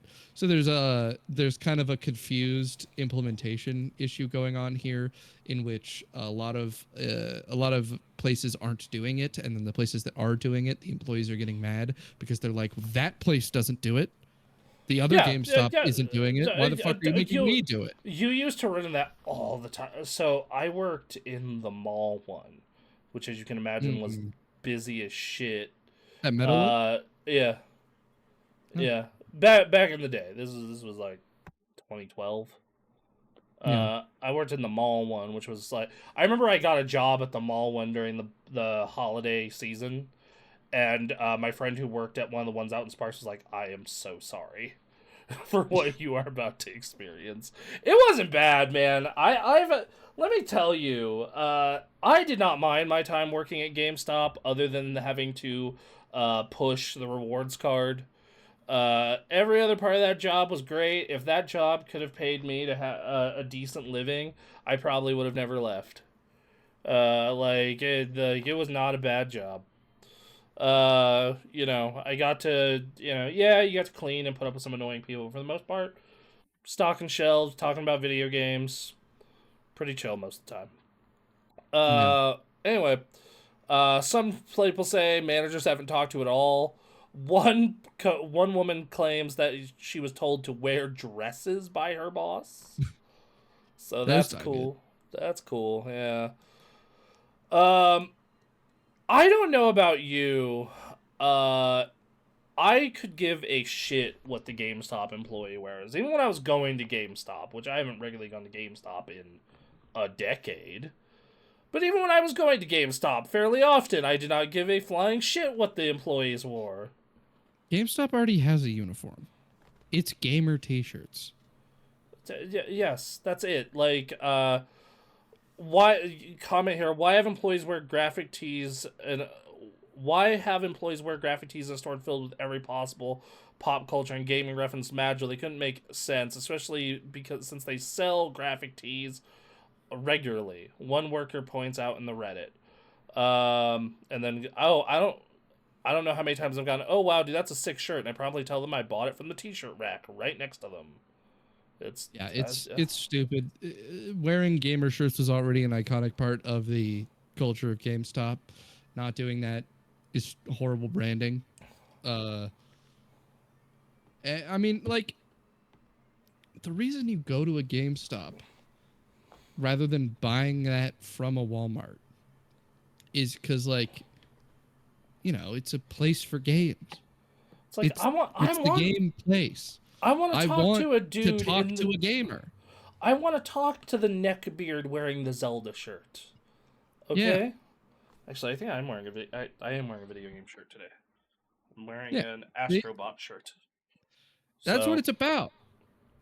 And stripping away the gamer stuff of the game stuff of the culture of GameStop is stupid. I mean, we were sick the week that news story came out about their like insane new revenue target for their CEO to hit his bonus, and he's closing 1 million stores and everything. Yeah. God, dude, I feel like if it weren't for Game Stonk like 3-4 years ago, this shit would be dead. This shit Yeah. would be dead. Like there's no way around it. It would be dead. But this is so fucking stupid. Also, it does say collared shirt. So, I mean, technically the title is wrong. You can wear your Goku button down if it has a collar. It's collared. Yeah, so Well, that's what the man, malicious compliance stuff there is, where yeah. they've got a collared shirt. Oh, dude, I would be such a dick about this. I would be coming in with the most bright, obnoxious button-down shirts in the world. I would be fucking just clowning this shit so hard. Back when I ran a pizza place, Uh, we were part of a chain, and so the owners of the store were forced by the corporate of the chain, because they were like, you have to wear shirts that have the logo on it. If you don't have a shirt that has the logo on it, it's a problem. So the owner, this guy Gary, he got yelled at a bunch by corporate about this. mm-hmm. So he went and he got like 7 shirts custom embroidered with the logo of the store so that he could wear a color other than black, because the only stuff they sold that had the logo on it was in black. And he was like, no, I want to wear blue and red and green shirts. Oh. So, apparently like 30% of their income is coming from their trading card market now. Yeah. So the last time I was in a GameStop was back in November. I Mhm. traded in a barely working PS5 for Steam gift cards. And yeah, it was a weird experience. Most I people there were went for in and trade. I purchased ZA, and Eh, the place was empty. It was just me. But I had a gift card. I had a GameStop gift card that my work mhm, gave me for like $100. So I was mhm. like, oh, it's free ZA. Me, you, and Anthony should make a trip over to GameStop one day. It's- Captain Games is the place to be, yeah, it was all as you right. know from your prior trip. It was If all I can right. go to Captain Games instead of GameStop, I go to Captain Games. I Captain You Games. just can't. They don't have their current releases. Well, yeah. My problem with Captain Games is like even their retro release selection isn't like great. There's some Yeah, good the stuff used games there. market. The used Is games market here isn't good. well, okay. So there's a store down in Carson that's actually pretty legit. I think it's called Retro Oh, Replay or something. But yeah, yeah, but that's like 40 minutes away. yeah, it's a 40-minute drive, 30 from my house. But even then, it's more Uh, that is further away than going on eBay and pressing order. we are not a Uh, big enough city to sustain two game stores like Captain Games, so we're not going to be a good enough city for Captain Games to be very good in the first place. yeah, I'm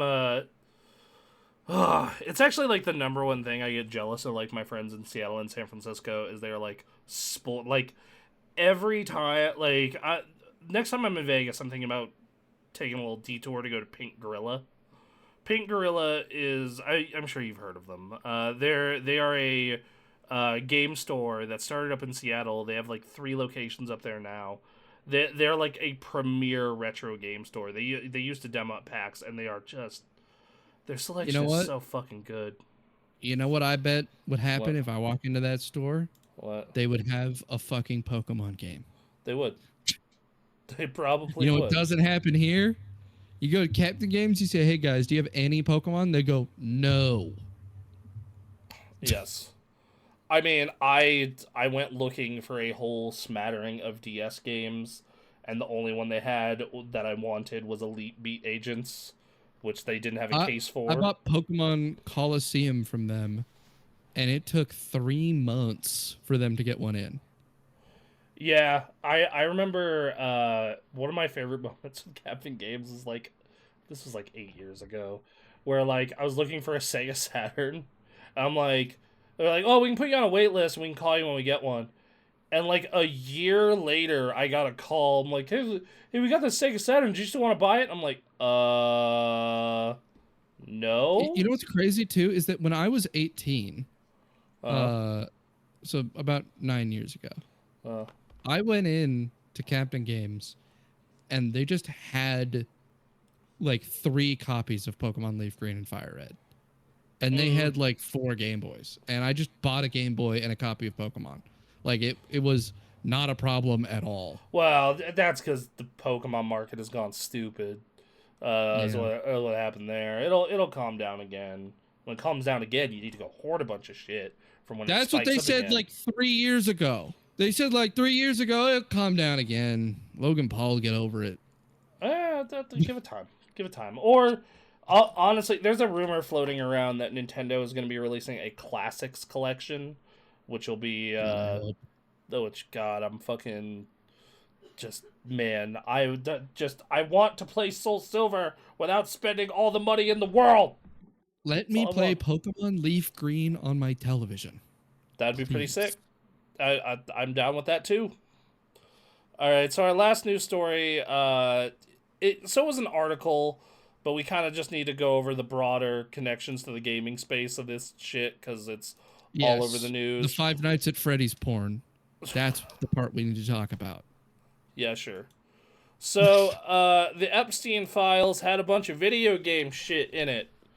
Uh, some notable ones. Epstein was banned from Xbox Live for being a pervert, and then also he got double banned from Xbox Live for being a registered sex offender.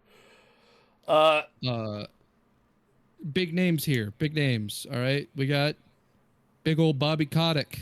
yep, We got Leslie Benzies. yep, The other and two are Semhauser. just Yeah, and the other two are biggest names here are like tangentially game related. Steve Bannon, Peter Thiel. Yep. But there are obviously bigger deals outside of games. Um, but it's evident that Jeffrey Epstein and the kind of people around him were very influential on the direction of AAA games, Mm-hmm. and with the sort of financial ideas that have been floating around in the gaming space for the past couple of years, and that also, you know, the pedophilia stuff was involved. Well, okay, so uh, Epstein emailed. God damn it! Yes, I'm 18. Okay, so it's the same email that's on the page. Okay, so Epstein emails, fucking Kodak about edutainment games and like using games as influence to like mold the youths. And I love this email. I cannot It's so out of touch. It's so crazy out of touch. it's so out of touch, but it's also like I feel it just explains him as a person how just fucking horrible he was. But play Medal of Honor or Call of Duty and you'll learn war history. Here's what I've been thinking. Video games are already great at teaching. If they don't assess your level and put you an appropriate challenge right in front of you, the game fails. Challenge too hard, you get frustrated and quit playing. Too easy, and the game is no fun. That's exactly what a good teacher or tutor would do. Fundamentally, the thing that works one-to-one is student-teacher ratio. Even if you have a shitty teacher or tutor, you will learn a lot because that person gets to know you and challenge you at your level. That doesn't scale, but computers do. We have to use computers to replace teachers or at least augment them. All right. Augment them. Crazy. Today's video games don't try to teach stuff we care about. How Except much for of the shooting bad guys. The best scheme I've come up with so far is to use X prize or something. Like it co-opt the existing video game industry, give out a prize to the game that comes with the best way of teaching kids. Anything from a normal school curriculum, let them pick whatever they want to teach, any grade level, and just incorporate it into their product. That way we get the most brains and the most users for the least money. You want to skip convincing educators and parents about this stuff and just go straight for the kids. pause? Real quick on the augment thing. How much of the Epstein files did you read this week? Because I went ham on this shit. I went I haven't been reading it directly, but I have been listening to videos passively while doing other stuff about stuff that is in them.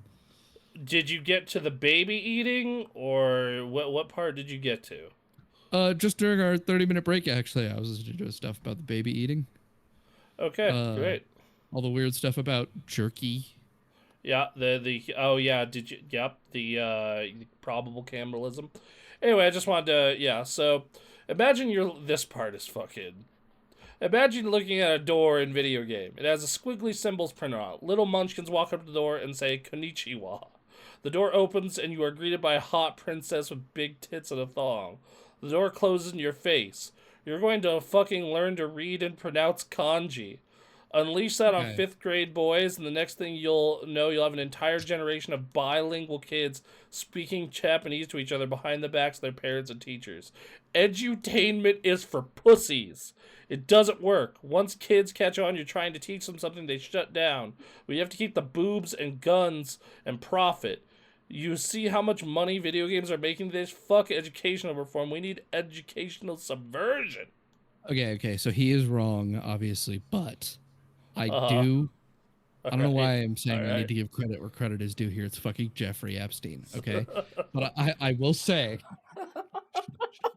that one of the best ways to learn Japanese by far is playing porn games. If you just get into porn games and you play them in Japanese, it's a very good way to engage somebody. I specifically know this because there's whole communities around learning Japanese, of course, and there are a couple really big figures that are guys who have gotten fluent in the language. Famously, there's a story about this dude that got the JLPT N1 certification solely from porn. He only studied with pornography and got the highest level of Japanese proficiency certification possible. Oh, that's amazing. That is... That is amazing. It's absolutely a better way. It's good at getting you to learn it because you're engaging on multiple levels, and that I don't know. It just I guess it makes it work. Uh, Evidence has shown. but yeah. So they talk a lot about microtransactions and putting microtransactions in COD, which they shortly did after this conversation. So Yeah. that's linked up. Oh, the funny thing is that he has a whole exchange with his lawyer Um, about how he's like, we gotta invest in Activision because Call of Duty Ghost is gonna be huge. Call of Duty Ghost is gonna hit. It's gonna be awesome. Everybody's gonna love man, it. that was the one that was like the start of the downfall for a bit. Yeah, everybody fucking hated Call of Duty Ghost. And then yeah, so no, then they have some talks about how they think Call of Duty Black Ops 4 is going to be huge because as Warzone. They just, and then yeah, just a lot of horrible shit. You know, the worst fucking human being imaginable. I don't know, man. I don't know what to fucking say And here. of Like, course, some of the most influential people in gaming are involved with them yep. because, of course, they would Yep. be. I mean, the Hauser brothers, you know, they ran, Sam Hauser ran Rockstar. Leslie Benzies was the fucking project manager at Rockstar. All Yep. things to consider. Uh, Everything's so, horrible. Yay! the world is run by cannibal, baby eating pedophiles. Um, Yay! um, it's okay. Just distract yourself with the video games. It's alright. Yeah. What a great story to end on. What an upbeat, nice feeling ending.